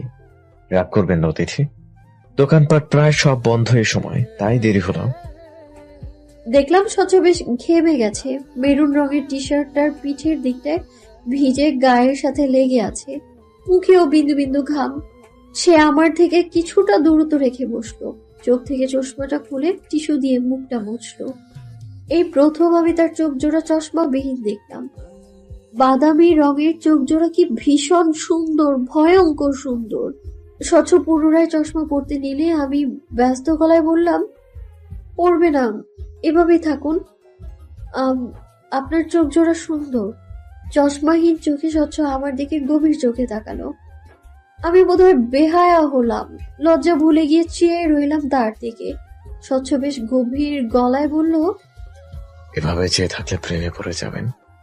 আমার প্রেম ভয়ঙ্কর, সেখান থেকে নিস্তার নেই। কিন্তু পরে বলবেন না যে আমি আপনাকে সাবধান করিনি।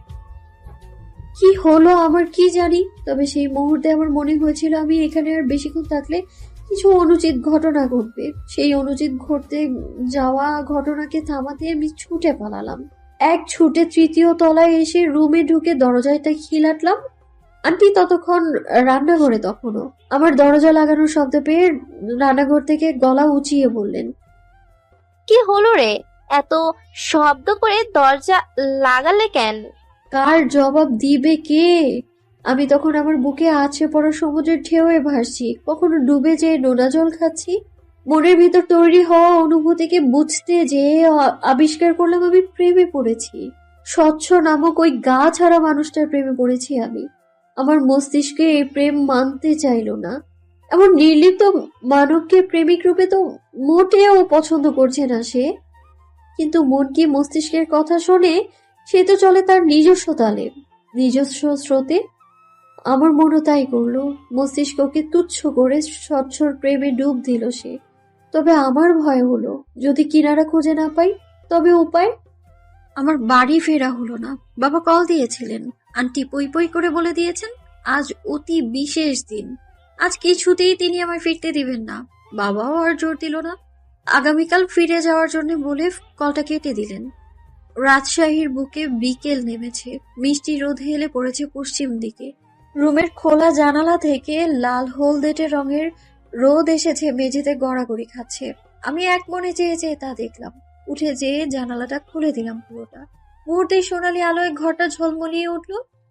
আমার ঘরে তাদের সাদরে আমন্ত্রণ করায় যেন বেশ প্রফুল্ল হয়ে উঠেছে তারা।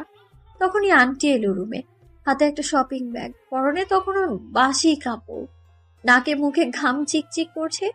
কাজের চাপে গোসল করার সময়ই পায়নি। তিনি আমার বিছানায় এসে বসলেন, মলিন মুখে বললেন, কাল যাচ্ছ? আমি মুচকি হেসে বললাম, এছাড়া উপায় নেই তো, বাবাকে তো চেনো, এরপর নয়তো বাড়ির দরজা চিরতরে আমার জন্য বন্ধ হয়ে যাবে। তাছাড়া এক্সামও ঘনিয়ে এসেছে, বই খাতা সব বাড়িতে, না গেলে হচ্ছে না বললেই চলে। আন্টি মাথা নাড়লেন, মলিন হেসে বললেন, তুমি কেন যে আমার মেয়ে হলে না? তুমি চলে গেলে রুমটা ফাঁকা হয়ে যাবে, আমি আবারও একা হয়ে যাব। তোমায় যেতে দিতে ইচ্ছে হচ্ছে না, আবার জোর করে রেখে দেওয়ার অধিকারও নেই আমার। আন্টির চোখ ছলছল করছে। আন্টির কোনো সন্তান নেই, আমায় তিনি এই কয়দিন নিজের সন্তানের মতো করে রেখেছেন। এই মানুষটাকে রেখে যেতে আমারও কষ্ট হবে। তুমি কি বোকা আন্টি? আমি যাচ্ছি অল্প দিনের জন্য, আবার তো সেই তোমার নাগালের কাছেই চলে আসব। যখন তখন চলে আসবো তোমার হাতের রান্না খেতে, তখন বিরক্ত হয়েও লাভ নেই। তোমায় বিরক্ত করা আমি এই জনমে বন্ধ করব না। আন্টি হাসলো, শপিং ব্যাগটা এগিয়ে দিয়ে বলল, আমার তো কোনো মেয়ে নেই, তাই কখনো মেয়েদের জন্য শপিং করা হয়নি। তোমাদের বয়সী ছেলে মেয়েদের পছন্দ অপছন্দ সম্পর্কে অতটাও বুঝি না, তার উপরে বয়স হয়েছে। এখন কি আর অত বুঝ আছে? দেখো তো কেমন কিনেছি। আমি মুচকি হেসে ব্যাগটা খুললাম। ভেতরে সুতার কাজ করা চমৎকার একটা শাড়ি, আসমানি আর গাঢ় নীলের কম্বিনেশনের শাড়িটা একদম চোখ ধাঁধানো। আমি আপ্লুত হলাম। আন্টিকে এক হাতে জড়িয়ে ধরে বললাম, কে বলেছে তুমি বুড়িয়ে গেছো? তোমার চোখটা এখনো পুরীর ঘরেই আটকে আছে। রোদ যখন একদম বিলীনের পথে, তখন আমি ছাদে গেলাম। কয়েকদিনেই এই ছাদটার মায়ায় পড়ে গিয়েছি আমি। এই যে ফুল, মাথার উপরে এক খণ্ড আকাশ, মৃদু হালকা বাতাস, সবই যেন এই বাড়ির একটা অংশ। ছাদটা অধিকাংশ সময় ফাঁকা পড়ে রয়। এই বাড়ির কেউ খুব একটা আসা যাওয়া করে না এখানে, এই জন্য বোধহয় ছাদটাও আমায় আপন করে নিয়েছে। আপনাকে উদাসীনই লাগছে, কারণ আমি না ঘুরেও কণ্ঠের মালিককে চিনতে পারলাম না। চিনি উপায়ই নেই। আমার ধ্যান জ্ঞান সব যে এই ব্যক্তিতেই আটকে আছে। স্বচ্ছ বিশাল এক বালতি হাতে ছাদে এসেছে। ছাদের এক কোণে পানির কল থেকে বালতিটা পানি ভরতে দিয়েছে সে। গাছগুলো আপনার? বলতে পারেন, তবে আমি খুব একটা যত্ন নেই না। পানি দেয়া, যত্ন নেয়া এসব মায়ের কাজ। নিজের যত্ন নিতেই সময় হয় না, সেখানে গাছের যত্নের কথা ভাবাটা বিলাসিতা। স্বচ্ছ লাল রঙের মগে করে গাছে পানি দিচ্ছে। আমি তাকিয়ে তাকিয়ে দেখছি। স্বচ্ছ আমার দিকে না তাকিয়ে বলল, আপনি আজকাল অনেক বেশি আমায় নজরে রাখছেন অতিথি। আমার এখন কি ভাবা উচিত? আপনি প্রেমে পড়েছেন নাকি ভালোবেসে ফেলেছেন? দুটোর মাঝে পার্থক্য আছে কি? অবশ্যই। প্রেমে যখন তখন পড়া যায়, যে কোনো বয়সে পড়া যায়। আপনি আপনার 60 বছর বয়সেও নির্দ্বিধায় প্রেমে পড়ে যেতে পারবেন। কিন্তু ভালোবাসার সংজ্ঞাটা আলাদা। ভালোবাসাটা হুট করে হয় না, কখনো প্রেমে পড়লেও ভালোবাসা হয়ে ওঠে না। আমি হাসলাম। দুপায়ে এগিয়ে যেয়ে তার কিছুটা পাশে দাঁড়ালাম। মনে হচ্ছে আপনার এই ব্যাপারে যথেষ্ট অভিজ্ঞতা আছে। কখনো কাউকে ভালোবেসেছিলেন নাকি? স্বচ্ছ গাছে পানি দেয়া থামিয়ে সোজা হয়ে দাঁড়ালো। ঝাপটা চুলগুলো হাত দিয়ে নাড়িয়ে বলল, যদি হ্যাঁ বলি, আপনি কি কষ্ট পাবেন অতিথি? আমি সোজা চোখে তাকালাম। এই লোক কখনোই সোজাভাবে কিছু বলতে পারে না। ঘুরিয়ে পেঁচিয়ে তীরটা সর্বদা আমার দিকেই তাক করবে। আমাকে অস্বস্তিতে ফেলাই যেন এর একমাত্র লক্ষ্য। আমিও তার জবাব না দিয়ে উল্টো প্রশ্ন করলাম, আমি কষ্ট পেলে কি আপনি আপনার ভালোবাসার ইতিহাস বদলে ফেলবেন? স্বচ্ছ বিভ্রান্ত হলো না, মুচকি হেসে বলল, আপনার জন্য এটুকু করতেই পারি। আমি চকচকে চোখে চেয়ে আছি স্বচ্ছের দিকে উত্তরের আশায়। স্বচ্ছর দৃষ্টি শান্ত হয়ে এসেছে। কেমন ঘোর লেগে যাচ্ছে তার চোখের দিকে তাকালে। আমি শক্ত হয়ে দাঁড়ালাম। তার মুখ থেকে হ্যাঁ না দু ধরনের উত্তর শোনার জন্যই নিজেকে প্রস্তুত করলাম। স্বচ্ছ হুট করেই উত্তর দিল না, সময় নিল। চোখ থেকে চশমা খুলে চশমার গ্লাস গেঞ্জিতে মুছলো। পুনরায় তার চোখে দিয়ে আমার দিকে ফিরলো, বলল, আমি কেন চশমা পরে থাকি জানেন? স্পষ্ট দেখতে সমস্যা বলে নয়। সবাই তেমনটাই ভাবে, কিন্তু আমার চোখের দৃষ্টিশক্তি ঠিকঠাক রয়েছে। আমি কেবল নিজেকে লুকাতে এই পথ বেছে নিয়েছি। কেউ চাইলেই আমার চোখে তাকিয়ে আমার ভেতর পড়ে ফেলতে পারে না। তবে আমি আপনায় একটা সুযোগ দিতে চাই, নিজে উত্তর খুঁজে নিন। স্বচ্ছ পুনরায় চোখ থেকে চশমাটা খুলে মাথা ঝুঁকলো আমার নিকটে। আমাদের মাঝের দূরত্ব ক্রমশ হ্রাস হয়ে এলো। স্বচ্ছর দেওয়ার সুযোগটা আমি কাজে লাগাতে পারলাম না। তার অনুভূতি বুঝতে যেয়ে আমি নিজের অনুভূতি প্রকাশ করে ফেলার ভয়ে তটস্থ হলাম। দ্রুত দুপা পিছিয়ে গিয়ে বড় বড় শ্বাস ফেললাম। স্বচ্ছ ভ্রু বাঁকালো। কি হলো? আপনার নিজেকে লুকানোর এত পরিশ্রম বৃথা হতে দিতে পারি না। সত্যি কি তাই? আপনি বেশিই ভাবছেন। স্বচ্ছ হাসে। ইতিমধ্যে আকাশে কখনোই আমার হওয়ার নয়। সে আমার জন্য নয়। আমরা দুজন দুজনের জীবন কেবল অতিরিক্ত একটা অধ্যায় মাত্র, যা নিছক অপ্রয়োজনীয়। তৃতীয় তলায় এসে আমি থামলাম। আমার গন্তব্য এখানেই সমাপ্ত। স্বচ্ছদের ফ্ল্যাট দ্বিতীয় তলায়। আমি তাকে কিছু বলা ছাড়াই ফ্ল্যাটের দরজা খুলে যেতে নিলে স্বচ্ছর কথায় থেমে গেলাম। অপরিচিত কাউকে খুব বেশি ভরসা করবেন না। সবাই কিন্তু ইমতিয়াজ আরফিন স্বচ্ছ নয়। কথাটা বলেই সে দ্রুত পায়ে নেমে গেলেন। একবারও পেছনে ফিরে তাকালেন না। আমি তাকে যেতে দেখলাম, সাথে দেখলাম আমার প্রথম প্রেমকে হারিয়ে যেতে, গভীরে, ভীষণ গভীরে, ধরা ছোঁয়ার বাইরে। বিরহের সকাল বোধহয় সুন্দর হয়, আয়োজন করে ভোর হয়, মিষ্টি আলো ছড়ায় সময় নিয়ে, পাখিদের সে কি আনন্দ! আমার বিরহে তারা সকলে উচ্ছ্বাসিত। আমার দহন বাড়লো। এই সুন্দর সকালটাকে বেদনার অধ্যায় মনে হলো আমার। আমি এই নৃশংস অনুভূতি থেকে পালাতে সূর্য ওঠার পূর্বে ফিরে যাওয়ার জন্য মনস্থির করলাম। আন্টি কত করে বলল বেলা হোক একটু, তারপর না হয় যাওয়া যাবে, কিন্তু আমি শুনলাম না। শোনার মতো মানসিকতা নেই আমার। আন্টি হার মানলেন, হয়তো খানিক মন খারাপও করলেন। আমি বুঝেও বুঝতে চাইলাম না। আমার ভেতরে যে অনল বইছে তা বয়ে নেওয়াটা আর সম্ভব হচ্ছে না। আঙ্কেল আমাকে স্ট্যান্ড পর্যন্ত পৌঁছে দিতে চাইলেন, আন্টি বাধা দিলেন। তিনি নিজেই আমার সাথে স্ট্যান্ড পর্যন্ত এলেন। তখন সকাল প্রায় 8টা। শহরের রাস্তায় ততক্ষণে মানুষের আনাগোনা বাড়ছে। আকাশ চিরে সূর্যের মিষ্টি আলো নামতে শুরু করেছে। আমার বাস ঠিক 9টায়।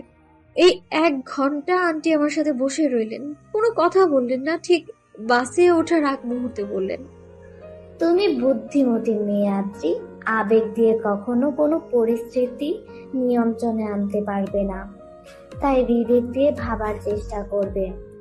বোকা সিদ্ধান্ত নিবে না কখনো। একটা ভুল সিদ্ধান্ত আমাদের জীবনের চলার পথ বদলে দেয়। আশা করি আমার এই কথাগুলো স্মরণে রাখবে। আন্টির কথা তখন না বুঝলেও বুঝলাম 2 দিন পর। সেদিন আমাদের বাড়িতে অতিথি আসার কথা। ছোট চাচির বাবার বাড়ির লোকজন আসবে। ছোট চাচা বিয়ে করেছেন, মাস 3 হবে। এবারই প্রথম তার শ্বশুর বাড়ির লোকজন এই বাড়িতে আসতে চলেছে। নিজেদের খানদানি বংশের পরিচয় তুলে ধরতে বিশাল আয়োজন করে রান্নার আয়োজন হয়েছে, বাবুর্চি আনা হয়েছে। সকাল থেকে বাজার থেকে বড় একটা খাসি কিনে এনেছে বাবা। বাড়ির হেসেলেও রান্না হচ্ছে, পায়েস, সেমাই, জর্দা, ভাত। আশেপাশের 2-4 বাড়ি পর্যন্ত গ্রানে মম করছে। সূর্য ওঠার আগে এ বাড়িতে হাড়ির টুংটাং শব্দ শুরু হয়ে গিয়েছে। আমার ঘুম ভাঙলো সবার হুড়োহুড়ির শব্দে। আমার ঘরটা দোতলার শেষ প্রান্তে। এই বাড়ির সকল ছেলে মেয়েদের ঘর দোতলায়, নিচ তলায় বাড়ির মুরব্বীদের ঘর, অর্থাৎ বাবা, মা, চাচা, মামা, তাদের। কাজের লোকেদের জন্যও নিচ তলাতেই থাকার ব্যবস্থা করা হয়েছে। আমরা মোট ভাই বোন 12 জন। আবার বাবারা 4 ভাই, ফুপু আছেন 2 জন। তবে কোনো এক কারণে তাদের সাথে ভালো সম্পর্ক নেই। কেন নেই তা জানার বিন্দু আগ্রহ আমার মাঝে নেই। নিজের সাথে এই বাড়ির সম্পর্কেরই টানাপোড়েন চলছে, সেখানে অন্যটা ভাবার সময় কই আমার। আমার ঘুম ভাঙলো ঠিক 8টায়। রাতে ঘুমিয়েছিলাম 4টা নাগাদ, অর্থাৎ মাত্র 4 ঘন্টা। মাথা ভার অনুভব করলাম। বাহির থেকে স্বামীর কণ্ঠ শোনা যাচ্ছে। সে চিৎকার করে কেউ একজনকে বলছে, বেটা যা বলি তাই কর, এত বুঝিস কেন? বাড়ির পেছনে মেজো চাচা জানাচ্ছেন, তার কাছে দিয়ে আমি চোখ খিচে বন্ধ করে নিলাম। ব্যর্থ চেষ্টা করলাম আরো কিছুটা সময় ঘুমানোর। তখনই সাবিনা হুড়মুড়িয়ে আমার রুমে ঢুকলো। আমি কপালে ভাঁজ ফেলে তাকাতেই ও শুকনো হেসে বলল, আপা তোমার কাছে হেয়ার ড্রায়ার আছে? আমারটা নষ্ট হয়ে গেছে। 9টায় ক্লাস আছে, চুল না শুকিয়ে বের হতে দেবে না আম্মা।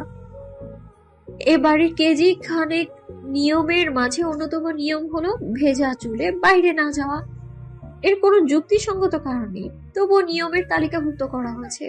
উঠে বসলাম আমি। এই পরিবেশে আর যাই হোক ঘুমানো সম্ভব না। হাত উঁচু করে ড্রেসিং টেবিলের ড্রয়ারে ইশারা করে বললাম, ওখানে রাখা আছে, যাওয়ার আগে সুন্দর করে জায়গার জিনিস জায়গায় রেখে যাবি। সাবিনার চোখ মুখ জল জল করে উঠলো। ব্যস্ত পায়ে ড্রয়ার থেকে নিয়ে বের হয়ে যেতে নিলেই আমি ওকে পেছন থেকে রাখলাম। বাড়িতে এত হুড়োহুড়ি কিসের রে? কারো বিয়ে টিয়ে নাকি? ছোট চাচা জানে শ্বশুর বাড়ির লোকজন আসবে শুনলাম, এই প্রথম আসছে কিনা তারা?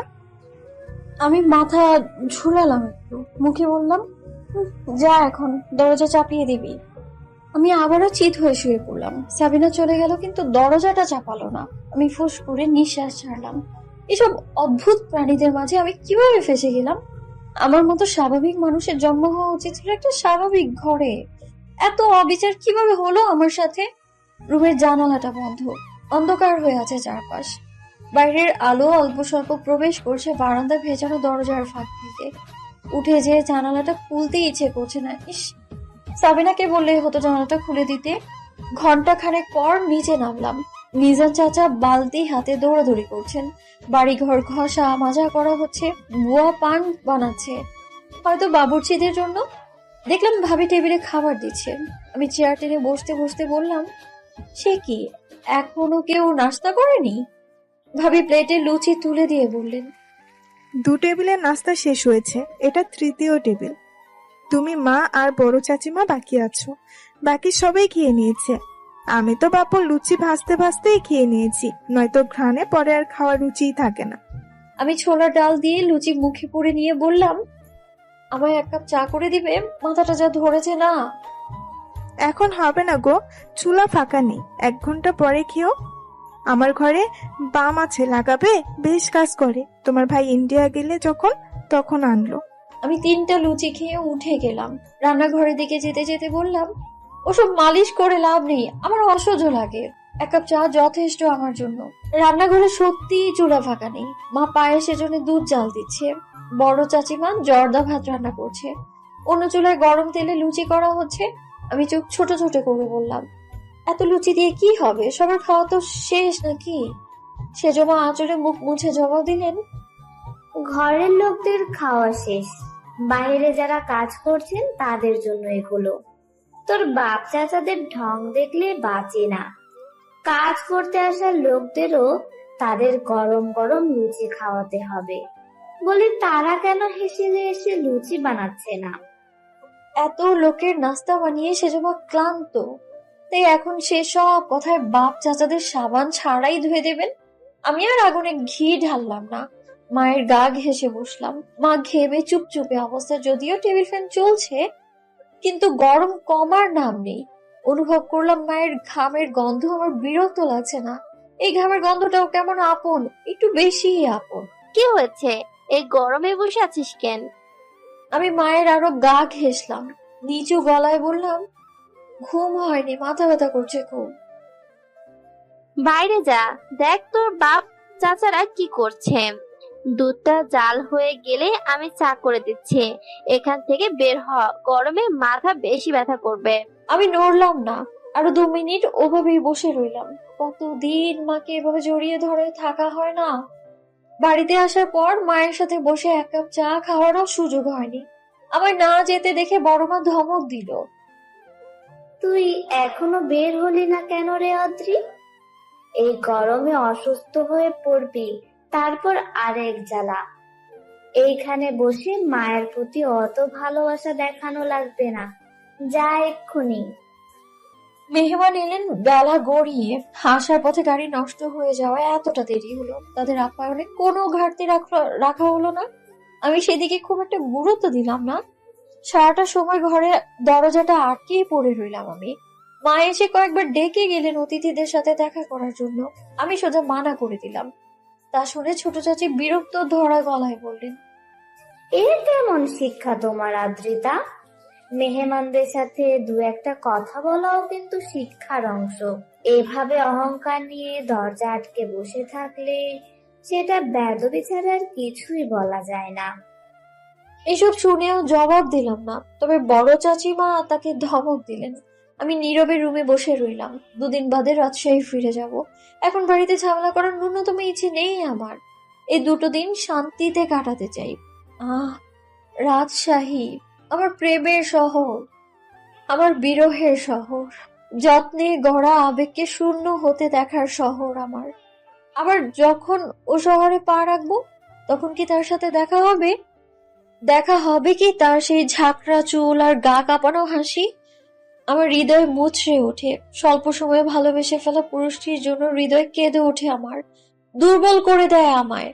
আমি কিভাবে একই শহরে তাকে অনুভব করে টিকে থাকবো? আমার চোখ থেকে জল গড়ায়, গলা গাল ভিজে যায় আমার। কেবল আমার হৃদয়টা শুকিয়ে জলের জন্য ছটফট করতে থাকে।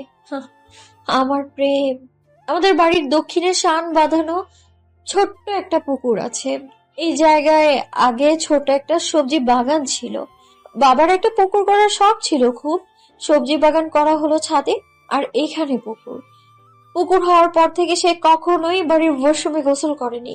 সকালের পত্রিকাটাও তিনি পুকুর পাড়ে বসে পড়েন। আমার রুমের জানালা থেকে পুকুরটা দেখা যায়, স্পষ্ট না হলেও থলথলে বেরঙা জলটা নজরে আসে। বিকেলে আমি ঘর ছেড়ে বের হই। সিঁড়ি বেয়ে নামতেই দেখি সাবিনা বসার ঘরে টিভি দেখছে। আমি যেয়ে ওর পাশে বসলাম। কাউকে দেখছি না যে, মেহমান চলে গেছে। চাচির বাপের বাড়ির সকলে চলে গেছে। চাচি আর ছোট চাচা যান গেছেন তাদের বাড়ি পর্যন্ত তুলে দিতে। মা রান্নাঘরে, আর কিছু আপাতত জানি না। আমি ছোট্ট করে শ্বাস ফেললাম, বললাম, তোর পড়াশোনা কেমন চলছে? সাবিনা ছোট করে জবাব দিল, খারাপ না। হাত খরচ লাগলে বলিস আমায়। আতিফ ভাইয়ের মাসের শুরুতেই 2000 দেন, তাতেই চলে। তুমি কিভাবে চলো? ভাই বলল তুমি নাকি তার থেকে হাত খরচ নাও না। আমি হাসলাম, বললাম, টিউশন করি একটা, ও দিয়ে চলে যায়। সাবিনা বিজ্ঞদের মতো মাথা ঝাঁকালো, পুনরায় টিভি দেখায় মনোযোগ দিল। আমি উঠে পড়লাম, বাড়ি থেকে বের হয়ে পুকুর পাড়ের দিকে পা বাড়ালাম। এখানে আসা হয় না আমার তেমন। বিকেলের সূর্যের রঙের রাঙা আলো পুকুরের জলে পড়ায় জল কেমন চিকচিক করছে। কি সুন্দর দৃশ্য! আমার চোখ থমকালো, থেমে গেল পা চোরা। প্রকৃতির এই সুন্দর দৃশ্যকে পূর্ণতা দিতেই বোধহয় পুকুরের সিঁড়িতে 3/4 প্যান্ট আর লালচে গেঞ্জি পরিহিত ঝাঁকড়া চুলওয়ালা পুরুষের আবির্ভাব। কিন্তু সে কিভাবে এখানে? প্রশ্নে জর্জরিত হৃদয়ে উত্তর না খুঁজে সেই দিকেই ছুটে গেল। তার পেছনে গিয়ে দাঁড়াতেই সে বলে উঠল, আবারও দেখা হয়ে গেল মিস অতিথি। না, ভুল বললাম বোধহয়। আজ আমি আপনার অতিথি। বলেই সে হাসলো, সেই গা কাঁপানো হাসি। আমি 2 সিঁড়ি নেমে এসে তার থেকে সামান্য দূরত্ব রেখে বসলাম। বিকেলের লালচে আলোর লালচে কিরণে স্বচ্ছকে সুন্দর লাগছে। শ্যামা পুরুষদের রোদের কিরণে এতটা সুন্দর লাগে আগে জানা ছিল না তো আমার। আমি আমার ভেতরে অস্থিরতা অনুভব করলাম, তবে তা চেপে রাখলাম। পুকুরের জলে চোখ রেখে প্রশ্ন করলাম, আপনি আমাদের আত্মীয়? মনে তো হচ্ছে সেটাই। আপনাকে আগে কখনো দেখিনি কেন? সুযোগ দেননি, আবার হয়তো আমাদের ভাগ্যে ছিল না তাই। আপনি সোজাভাবে কথা বলতে কবে শিখবেন? সে জবাব দেয় না, উদাস চোখে তাকিয়ে থাকে সামনে। হাসি মুখটা কেমন মলিন হয়ে এসেছে। আমি চোখ ছোট করে তাকাই, কিছু বলতে নিব, তার পূর্বেই সে ভীষণ হতাশ গলায় শুধায়, কেন পালালেন আদ্রিতা? সেদিন অমর না হলে হয়তো আমাদের জীবনটা ভিন্ন হতো, সবকিছু এতটা জটিল হতো না। চমকে তাকাই আমি। এই প্রথম স্বচ্ছর কঠিন কথাটা আমার বুঝতে সময় লাগলো না। মস্তিষ্কের সাথে সাথে শরীরটাও কেমন অবশ হয়ে আসতে চাইলো আমার। স্বচ্ছ শুকনো হাসলো, উঠে যেতে যেতে বলল, সন্ধ্যার পূর্বে বাড়িতে ফিরে যাবেন। যুবতী মেয়েদের সন্ধ্যায় এভাবে পুকুর পাড়ে থাকাটা ঠিক না। আমি জবাব দেইনি, স্বচ্ছকে আটকাইনি আমি। তার কাছে আর কিছু জানতেও চাইনি। মনে মনে কেবল একটা কথাই জপে গেলাম, পাপ করেছি, ভীষণ বড় পাপ করে ফেলেছি। এর প্রায়শ্চিত্ত করব কি করে আমি? বাড়িতে ঢুকে বসার ঘরে স্বচ্ছকে দেখতে পেলাম না। মন কেমন করে ওঠে, চলে গেল বুঝি?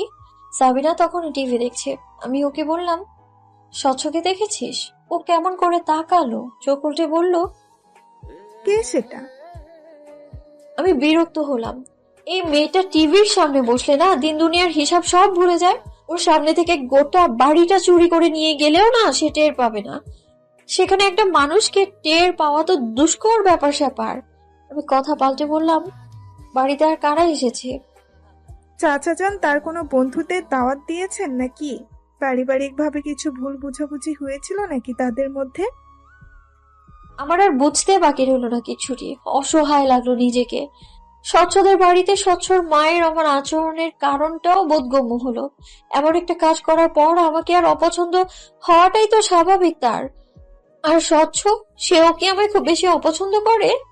আমার চোখ জ্বলতে শুরু করলো, কান্না পাচ্ছে খুব। সেদিনের হুট করে নেওয়া সিদ্ধান্তের জন্য আজ কতটা ভুগতে হচ্ছে।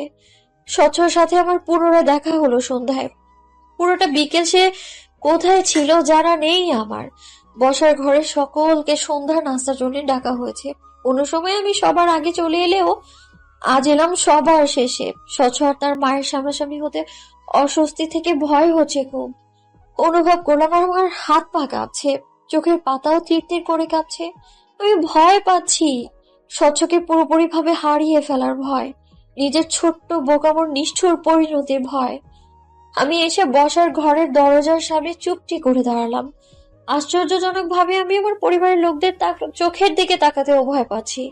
অপরাধ বোধ হচ্ছে খুব। বাবাকে হেনস্থ হতে হয়েছে ভাবতেই বুকটা ভারী হয়ে আসছে আমার। এতটা নিষ্ঠুর কিভাবে হলাম আমি? স্বচ্ছর সাথে আমার বিয়েটা ঠিক হয় হঠাৎ করেই, কোনো প্রকার দেখাশোনা ছাড়া।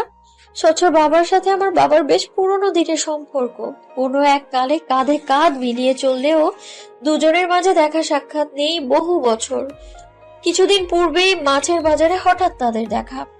স্বচ্ছর ফুপুর বাড়ি কাছেই, পাশেই। বোনের বাড়িতে বেড়াতে এসেছেন, তাই বাজার থেকে বড় মাছ কিনতে গিয়েছিলেন ভদ্রলোক। মাছ বিক্রেতা ছেলেটার বয়স 24-এর কাছাকাছি। বাজারের সব থেকে তাজা মাছগুলো পাওয়া যায় তার কাছে। বাবা সব সময় তার থেকেই মাছ নেয়, কাজেই ওর কাছে থাকা সব থেকে বড় মাছটা বাবার জন্য আলাদা করে রেখে দেওয়া হয়। আজ বেশ বড় একটা রুই এনেছেন। ভদ্রলোক অত বড় মাছখানা দেখে দাম জানতে চাইলেই মাছ বিক্রেতা ছেলেটা জানান। ভদ্রলোক ফের বলেন, তোমার বড় সাহেব কি মাছটা কিনেছেন? না কিনলে আমায় দাও, বোনের বাড়িতে যাচ্ছি, একটু বড়সড় মাছ নিতে পারলে ভালো হয়। ভদ্রলোক অপমান বোধ করেন। ঘুরে চলে যেতে নিলে বাবার সাথে দেখা। আলাপ বিনিময়ের এক পর্যায়ে মাছের ব্যাপার উঠলে বাবা তাকে মাছটা দিয়ে দেন। পরপর 2 দিন বাবার সাথে ভদ্রলোকের বাজারে দেখা হয়। চায়ের দোকানে বসে ঘন্টাখানেক আড্ডা হয়। আমাদের বাসায় দাওয়াত করলে ভদ্রলোক জানান অন্য কখনো আসবেন তিনি। তার অফিসের কাজে আজই ফিরতে হবে তাকে। বাবা কিছুটা দুঃখ পায়, এতদিনের পুরনো বন্ধুকে পেয়েও একবেলা খাওয়াতে পারলো না, ব্যাপারটা দুঃখজনক। বাড়িতে খাওয়াতে না পারলেও বাবার জোরাজোরিতে বাজারের একটা হোটেলে সকালের নাস্তা করলো দুজন। কথায় কথায় পরিবারের কথাও উঠলো। স্বচ্ছর বয়স হয়ে যাচ্ছে, বিয়ে শাদী করানো প্রয়োজন। বাবাও তখন চট করে আমার কথা বলে ফেললেন। মোটামুটি দুজনে নিজেদের মধ্যে সিদ্ধান্ত নিয়েছিলেন, কেবল পরিবারের সদস্যদের সিদ্ধান্তের অপেক্ষা ছিল। বড় চাচা মারা যাওয়া 5-5খানা। বর্তমানে স্বচ্ছ বাবাকে এই প্রথম দেখলাম আমি। চেহারার গড়ন পুরোটাই স্বচ্ছ তার বাবার থেকে পেয়েছেন। স্বচ্ছর একটা বোন আছে, নাম স্নিগ্ধা। বয়সের দিক থেকে হিসেব করলে আমার ছোট হবে সে। ওদের বাড়িতে যখন গিয়েছিলাম তখন দেখা হয়নি আমাদের। এটা মিষ্টি, চেহারা ধরন অনেকটা স্বচ্ছর মায়ের মতো, গায়ের রংটাও তার মতোই। মেয়েটা 2-1 পলক আমায় দেখে চোখ ফিরিয়ে নিল। অস্বস্তি হলো আমার। পছন্দ হয়নি নাকি? বলছিলাম কিছু ভুল বুঝাবুঝি হয়ে গেল মাঝখানে, এখন সেটা নিজেদের মধ্যে গুছিয়ে নেওয়া ভালো। কি বলিস ইমতিয়াজ? বাবার কথায় স্বচ্ছর বাবা তেমন একটা প্রতিক্রিয়া করলেন না, তবে স্বচ্ছর মা গমগমে কণ্ঠে বলে উঠলেন, যা ঘটে গেছে তা থাক না ভাইজান, পুরনো জিনিস ঘেটে দেখার কিছু নেই। তার কথায় স্পষ্ট বোঝা যাচ্ছে সে কোনো বোঝাপড়ায় আসতে চাইছেন না। হয়তো তিনি স্বচ্ছর সাথে আমাকে জড়াতে চাইছেন না কোনোভাবে। আমার জ্বলে ওঠা আশার আলো পুনরায় মৃদু হয়ে গেল।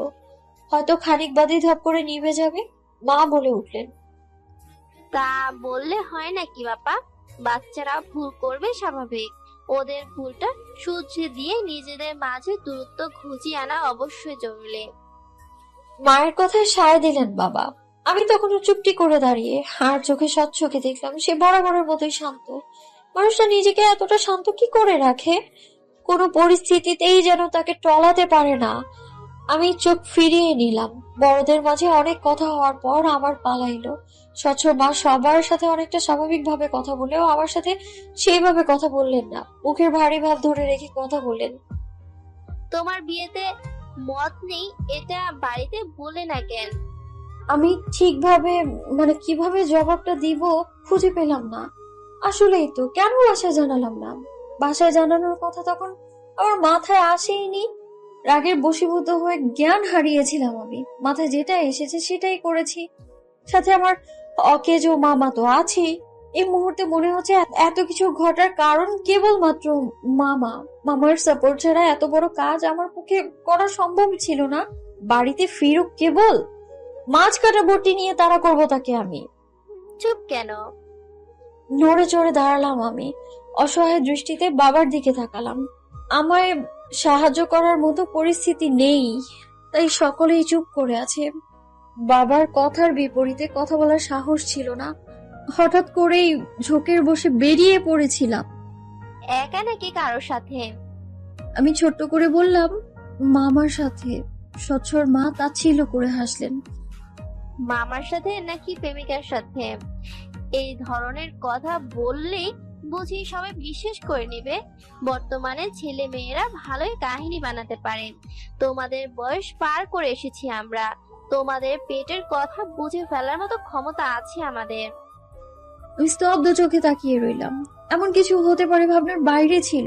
দেখলাম বাবা মা ভাইয়া তারা অনেকটা স্তব্ধ হয়ে গিয়েছে। হয়তো তারাও ভাবেননি এমন কিছু বলবেন উনি। আমার চোখে ততক্ষণে জল চলে এসেছে। শেষে কিনা নিজের চরিত্রেও তকমা লাগিয়ে দিলাম। আপনি ভুল ভাবছেন আপা, মেয়ে তো আপনার বাড়িতেই ছিল, আপনি তো তা বেশ ভালো করে জানেন। তাছাড়া আশাই পর্যন্ত তো আদ্রিতা স্বচ্ছর বাবার সাথেই ছিল, হয়তো আদ্রিতা স্বচ্ছকে চিনতো না, এই আর কি। বাবার কথায় স্বচ্ছর মা পুনরায় বললেন, আজকাল তো এমন ঘটনা অহরহ ঘটছে ভাইজান। প্রেমিকের জন্য ঘর ছাড়ছে মেয়েরা, প্রেমিক তাকে ফেলে চলে যাচ্ছে, মানুষের মুখে মুখে শোনা যাচ্ছে আজকাল এমন ঘটনা। মাফ করবেন ভাইজান, কিন্তু আমি এখানে এমন কিছু ছাড়া অন্য কিছু ভাবতে পারছি না। আমার বলার মতো কিচ্ছু রইল না। বাবাকেও দেখলাম কেমন নিভে গেছে। হয়তো তিনিও জোর দিয়ে কিছু বলতে পারছে না। এই প্রথম আমি বাবাকে হেরে যেতে দেখলাম। আমি তাকে হারিয়ে দিয়েছি পরিবারের কাছে, আত্মীয়দের কাছে এবং গোটা সমাজের কাছে। আমি সব সময় চাইতাম বাবাকে হারাতে, কিন্তু আজ বাবার এই হেরে যাওয়া আমায় বিধ্বস্ত করে তুলছে, ভেঙে গুড়িয়ে দিচ্ছে। আমি এইভাবে কখনো হারাতে চাইনি তাকে, না চেয়েছি নিজেকে এইভাবে বিলীন হতে দিতে। আমি জলে ভরা চোখে স্বচ্ছকে দেখলাম। সে এখনো আগের মতোই বসে আছে। সে কি আমার হয়ে একটা শব্দ বলতে পারতো না? পারতো না আমায় নিয়ে মিথ্যে অপবাদ থেকে রেহাই দিতে? হয়তো পারতো, তবে সেটা তার প্রয়োজন মনে হয়নি। আমি বোকা, মিথ্যে আশায় প্রদীপ জ্বালিয়ে বসেছিলাম। আমি এখানে দাঁড়িয়ে থেকে তামাশা দেখার আর প্রয়োজন বোধ করলাম না। ধীর পায়ে উল্টো ঘুরে চলে এলাম। আমি নিজেকে অপবাদ থেকে মুক্তি দিতেও চেষ্টা করলাম না। কি দরকার? অন্যের কাছে নিজেকে খোলাসা করা তো বৃথা। স্বচ্ছরা সেদিন বাদে পরদিন চলে যেতে চাইলে বাবা বাধা দিলেন। ভুল বোঝাবুঝির সূত্র ধরে তারা চলে গেলে বাবার অপমান বোধ বাড়বে ভেবে বাড়ির সকলে তাদের প্রাপ্য খাতির যত্ন করলেন। আমি রুম থেকে বের হওয়া বন্ধ করে দিলাম। কেউ অবশ্য এই নিয়ে কোনো কথা বললও না। কখনো ভাবি, কখনো সাবিনা এসে খাবার দিয়ে যায়। এর মাঝে অভাবনীয় এক ঘটনা ঘটলো। সেদিন বিকেলের কথা। কোনো কাজ না থাকায় অধিকাংশ সময় আমি ঘুমিয়েই কাটাই। ঘুমে কোনো ক্লান্তি নেই আমার। আমি যখন তখন ঘুম থেকে উঠে বারান্দায় বসে বইয়ের পাতা উল্টাচ্ছি। হঠাৎ দরজায় ঠক ঠক শব্দ। আমি বইয়ে নজর রেখেই বললাম, আয়। ভেবেছিলাম সাবিনা এসেছে। এমন সময় সাবিনা ছাড়া অন্য কারো আসার কথা না, কিন্তু কেউ এলো না। পুনরায় ঠক ঠক শব্দ। আমি কপালে ভাঁজ ফেলে উঠলাম। খানিকটা বিরক্ত হয়েছি বই কি, দরজা লক করা নেই, অযথা নক করার কি প্রয়োজন? উঠে গিয়ে দরজা খুলতে খানিক চমকালাম। স্বচ্ছ দাঁড়িয়ে, পাশে স্নিগ্ধা। এরা দু ভাই বোন আমার দরজার সামনে কি করছে? আশ্চর্য। বিকেলের মৃদু আলোয় পুকুরের পানি বেশ শান্ত ও উজ্জ্বল লাগছে। বাঁধানো পাড় জুড়ে লুটিয়ে আছে বাদাম গাছের লালচে সবুজ পাতা। রোজ নিয়ম করে ঝাড় দেওয়ার পরেও তাদের খুঁজে পাওয়া যায় শান্ত পুকুরের জলে এবং তার পাড়ে। গতকাল মায়ের আচরণের জন্য দুঃখিত। স্বচ্ছর কথায় মৃদু হাসলাম। দৃষ্টি স্থির রেখে লঘু গলায় বললাম, এটা বলতেই ডেকেছেন বুঝি? ঠিক তা নয়। তাহলে? স্নিগ্ধা আপনার সাথে পরিচিত হতে চেয়েছিল। তাছাড়া আমি সত্যি মায়ের আচরণের জন্য সরি ফিল করছিলাম। কথা বলে যদি সবটা ক্লিয়ার করা যেত। আমি মাথা ঘুরিয়ে পাশ ফিরলাম। জড়সড় হয়ে মেয়েটা স্বচ্ছর পাশ ঘেঁষে দাঁড়িয়ে আছে। চোখের দৃষ্টি এলোমেলো। মেয়েটা নিশ্চিত কারোর সাথে সহজভাবে মিশতে পারে না। পরিস্থিতি ভিন্ন হলে হয়তো আমি নিজেই ওর হাত টেনে পাশে বসিয়ে গল্প জুড়ে দিতাম, কিন্তু এখন সেসব কেবল দিবা স্বপ্ন। আমাদের মাঝে বিশাল এক পাহাড় তৈরি হয়েছে, যা পার হওয়া সম্ভব নয়। আমার পরিচয় দেওয়ার নতুন কিছুই নেই। আপনার মা গতকাল যা বলেছেন তা যথেষ্ট আমায় জানতে। আমার এমন কথায় স্বচ্ছ খানিক রাগলো বোধ হয়। তার শীতল চোখগুলো কেমন কঠিন হয়ে উঠল। গলার স্বরও খানিকটা কঠিন হলো। মায়ের আচরণের জন্য দুঃখিত আদ্রিতা। সবসময় সব কথা আঁকড়ে ধরে বসে থাকলে চলে না, কিছু সময় তা যেতে দিতে হয়। আশা করছি আপনি সেসব ভুলে যাবেন। আমার এত হাসি পেল আমায় এতটা অপমান করার পর বলছে সেসব ভুলে যেতে। এটাই কি সেই স্বচ্ছ যার প্রতিটা কথা আমি নতুন ভাবে আকৃষ্ট হতাম? এটাই কি সে যাকে আমি অন্য 10টা পুরুষের থেকে ভিন্নভাবে আবিষ্কার করেছিলাম? আমার আবিষ্কার করা সেই অতুলনীয় মানব পুরুষটির সাথে এই পুরুষটির কোনো মিল পেলাম না। একই দেহে যেন দুটো সত্তা খুঁজে পেলাম আমি, যার একজন অতুলনীয় ব্যক্তিত্বের অধিকারী আর অন্যজন মায়ের হাতের ছোট্ট পুতুল। আমি বড় করে শ্বাস ফেলে ঘুরে দাঁড়ালাম, মুচকি হেসে বললাম, আমায় মনে রেখেছেন তার জন্য ধন্যবাদ। গতকালের পর আপনার দেখা পাবো আমি ভাবিনি। এখন যাওয়া যাক, মা নাস্তা রেডি করেছে আপনাদের জন্য। কথা শেষ করে দুপায়ে এগোতেই পেছন থেকে স্বচ্ছ বলে উঠল। পালিয়ে যাচ্ছেন? আমি হাসি মুখে জবাব দিলাম, কোনো অন্যায় করিনি আমি, তাই পালানোর প্রশ্নই আসছে না। আমি আপনার এড়িয়ে যেতে চাইছি। আমি এইভাবে বলবো তা হয়তো স্বচ্ছ বুঝতে পারিনি, কাজেই কিছুটা হেনস্থ হলো বলে মনে হলো আমার। আর যাই হোক, ছোট বোনের সামনে কোনো মেয়ে এভাবে বললে সম্মানে আঘাত আসবে, এটাই স্বাভাবিক। বসার ঘরে আসতেই দেখলাম স্বচ্ছর বাবা মা দুজনেই সেখানে। আমার পিছু পিছু স্বচ্ছ স্নিগ্ধাকে দেখে স্বচ্ছর মায়ের কপাল কুঁচকে এলো। বাবা আমায় বললেন, কোথায় গিয়েছিলে? আমি স্বাভাবিকভাবেই জবাব দিলাম, পুকুর পাড়ে। বাবা এবার স্বচ্ছর দিকে তাকিয়ে স্বচ্ছকে ইশারা করে বললেন, তোমরা? ওখানেই ছিলাম, আদ্রিতার সাথে কথা বলছিলাম। আমি নির্বিকার দাঁড়িয়ে রইলাম। স্বচ্ছকে দেখেও মনে হলো না সে খুব একটা চিন্তিত, তবে স্বচ্ছর মা চুপ থাকলেন না। তিনি চুপ থাকবেন এমনটাও আমি আশা করিনি অবশ্য। কাল সব ক্লিয়ার হয়ে যাওয়ার পর আর কি কথা তোমাদের? যা হয়েছে তা হয়েছে, ফের এমনটা যেন না হয়। আমি ভেবেছিলাম স্বচ্ছ হয়তো বাধ্য ছেলের মতো মাথা নাড়িয়ে বলবে, আচ্ছা তুমি যা বলবে, কিন্তু সে আমায় আশ্চর্য করে দিয়ে বলে উঠল, আদ্রিতার সাথে আমি কথা বলতে চাই ক্লিয়ারলি। অনেক কিছু ক্লিয়ার করার আছে। আজ চেয়েছিলাম, কিন্তু তিনি আমায় সময় দেননি। কালকের ঘটনার পর তিনি কিছুটা অস্বস্তিতে আছেন, তাই আমি তাকে নিজেকে সামলে নেওয়ার সময় দিচ্ছি। নেক্সট টাইম এই সুযোগটা আমি আর তাকে দিব না। স্বচ্ছ বড় বড় পা ফেলে বেরিয়ে গেল বাড়ি থেকে। বসার ঘরের প্রতিটা মানুষের চোখ কপালে। এদিকে আমি তবদা মেরে দাঁড়িয়ে আছি। স্বচ্ছ কথাগুলো কাকে বলল? সে কি আমায় হুমকি দিয়ে গেল, তাও এতগুলো মানুষের সামনে? তবে স্বচ্ছর মায়ের ফ্যাকাশে মুখ দেখে কেমন যেন শান্তি লাগলো আমার। নিশ্চিত ছেলে হাত ফসকে বেরিয়ে গেছে ভেবে আফসোস করছে, করুক। তবে ওনার হাত ফসকে বেরিয়ে যাওয়া এই ছেলেকে আমি বিয়ে করছি না। ভোর থেকেই গুড়ি গুড়ি বৃষ্টি হচ্ছে, পরিবেশ শীতল। ফ্যান চালিয়ে গলা সমান ব্ল্যাঙ্কেট জড়িয়ে শুয়ে আছি। ভাবি দুবার এসে ডেকে গেছেন। এ বাড়ির 1 নাম্বার আসামি বাড়ি ফিরে এসেছেন সকাল সকাল। বসার ঘরে তাকে নিয়ে বিচার বসেছে, আমাকেও সেই বিচারে অংশ নিতে ডাকা হচ্ছে। আমি আপাতত সেই মুডে নেই। আমি উঠলাম আরো ঘন্টা 3 ব্যবধানে। নিচে নেমে দেখি ততক্ষণে সকালে নাস্তা করা শেষ। বাবা বাজারের পথে গিয়েছেন, মা চাচিরা দুপুরে রান্নার তোড়জোড় করছে, ভাবি ভাইয়ার জন্য টিফিন গুছিয়ে দিচ্ছেন। স্বচ্ছরা ফিরে গেছে 2 দিন হলো। ফিরে যেয়ে আমার সাথে যোগাযোগের কোনো চেষ্টা করেনি স্বচ্ছ। আমিও সেসব নিয়ে খুব একটা ভাবছি না। একদম যে ভুলে বসেছি তা বলে ভুল হবে। আমার প্রথম দেখা সেই নজর কাড়া ব্যক্তিত্ব সম্পন্ন স্বচ্ছকে ভেবে প্রায় উদাস হই আমি। কাউকে এতটা আপন ভেবে ভুলে যাওয়া বুঝি এতটাই সহজ? ভাইয়া নাস্তা করেনি? আর করতে পারলো কই, এ বাড়িতে উঠতে বসতে বৈঠক ডাকা হয়। ঘুম থেকে উঠেই বৈঠকে বসতে হয়েছে। এদিকে অফিস টাইম হয়ে এলো বলে কোনো রকম গোসল সেরে তৈরি হয়ে নিচ্ছে। আমি অ্যাপলে কামড় বসিয়ে মাথা নাড়ালাম।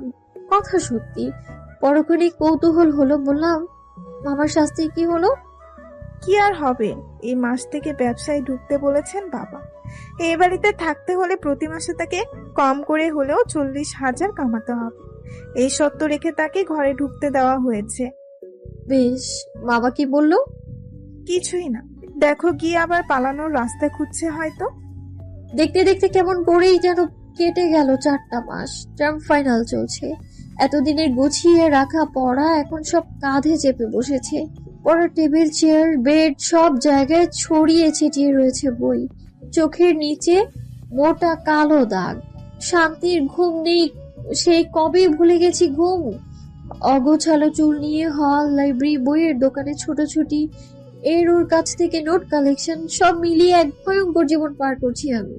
এর মাঝে যখন পরীক্ষার হলে প্রশ্ন দেখে চোখ বড় বড় হয়ে যায় আর অবচেতন মন বলে ওঠে, এগুলো আবার কি? সেই অনুভূতি তো বুঝিয়ে বলার মতো না।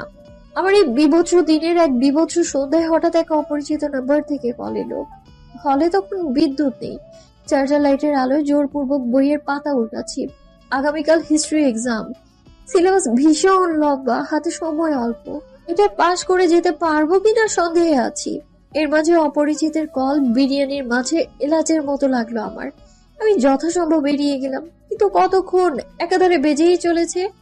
রুমমেট মেয়েটা ঘুম জড়ানো গলায় বলে উঠল, আদ্রি, কল ধরার হলে কল ধরো, নয়তো বালতির পানিতে চুবিয়ে রাখো মোবাইল। আমাকে ঘুমাতে দাও। রুমমেটের ঘুম নষ্ট না করতেই কলটা রিসিভ করলাম। ওপাশ থেকে আওয়াজ এলো না, যেন কল দাতা চাইছেন আলাপটা আমি শুরু করি। আশ্চর্য, আমি কেন তা করতে যাব? আমার জেদের কাছে হার মেনে নিয়ে কল দাতা নিজে থেকেই বলে উঠল, কেমন আছেন? হাই হ্যালো ব্যতীত সরাসরি কেমন আছেন প্রশ্ন করা ব্যক্তিটার কণ্ঠস্বর আমি চট করে ধরে ফেললাম। এতদিনে এই মানুষটাকে আমি প্রায় ভুলেই বসেছিলাম। জীবনের এত সমস্যার মধ্যে হৃদয়ে আটকে থাকা ব্যথাটা লঘু হয়ে এসেছিল। তবে আজ কেন আবার তাকে সাড়া দিতে হলো? আমি ভাবনাগুলোকে পাশে রেখে উত্তর করলাম, বেশ ভালো, আপনি? আমার এক মুহূর্তের জন্য মনে হলো লোকটা ব্যর্থ প্রেমিকদের মতো ভাঙা গলায় উত্তর দিবে, যেমনটা রেখেছেন। মনে মনে কড়া কিছু উত্তর সাজিয়ে রাখলাম। হৃদয় ভাঙা প্রেমিকদের মতো আচরণ করলেই তাকে ছাই মাটি দিয়ে ধুয়ে দিব একদম। কিন্তু মানুষটা সর্বদাই আমার চিন্তার থেকে কয়েক শত হাত দূরে দাঁড়িয়ে থাকে। তিনি আমার কথায় স্বল্প হাসলেন বোধ হয়, বেশ ঝরঝরে গলায় শুধালেন, যতটা আশা করেছিলাম তার থেকে অনেকটাই বেশি চমৎকার আছি। তার এই চমৎকার থাকার বিষয়টা আমার পছন্দ হলো না। পরীক্ষার পড়া অব্যাহত রেখে আমি নিশ্চয়ই তার চমৎকার থাকার কথা জানতে বসিনি, কিন্তু ভদ্রতা বজায় রাখতে মুচকে হেসে বললাম, বাহ, বেশ। তো হঠাৎ কি মনে করে কল করলেন? 2 মাস যাবৎ দেশের বাইরে ছিলাম। ব্যস্ততার মাঝে 2-1 মিনিটের জন্য আপনার বিরক্ত করতে চাইনি, তাই আপনার সাথে যোগাযোগ করা হয়নি। আজ ফিরেছি দেশে, এখনো বাসায় পৌঁছাতে পারেনি।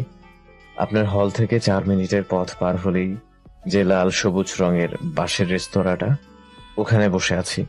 দুপুরের খাবারটা খাওয়া হয়নি, এখন গরম ভাত আর গরুর মাংস খাবো। একা একা খেতে কেমন কেমন লাগছে, একজন সঙ্গী হলে খারাপ হয় না। তাই ভাবলাম আপনায় কল করি, যেহেতু নাগালের ভেতরেই আছেন। তার এমন কথায় কেমন প্রতিউত্তর করব ভেবে পেলাম না, তবে উপলব্ধি করলাম আমার কান ক্রমশ গরম হয়ে উঠছে, যেন যখন তখন রেলের ইঞ্জিন থেকে ধোঁয়া ছড়ার মতো ধোঁয়া ছড়াবে।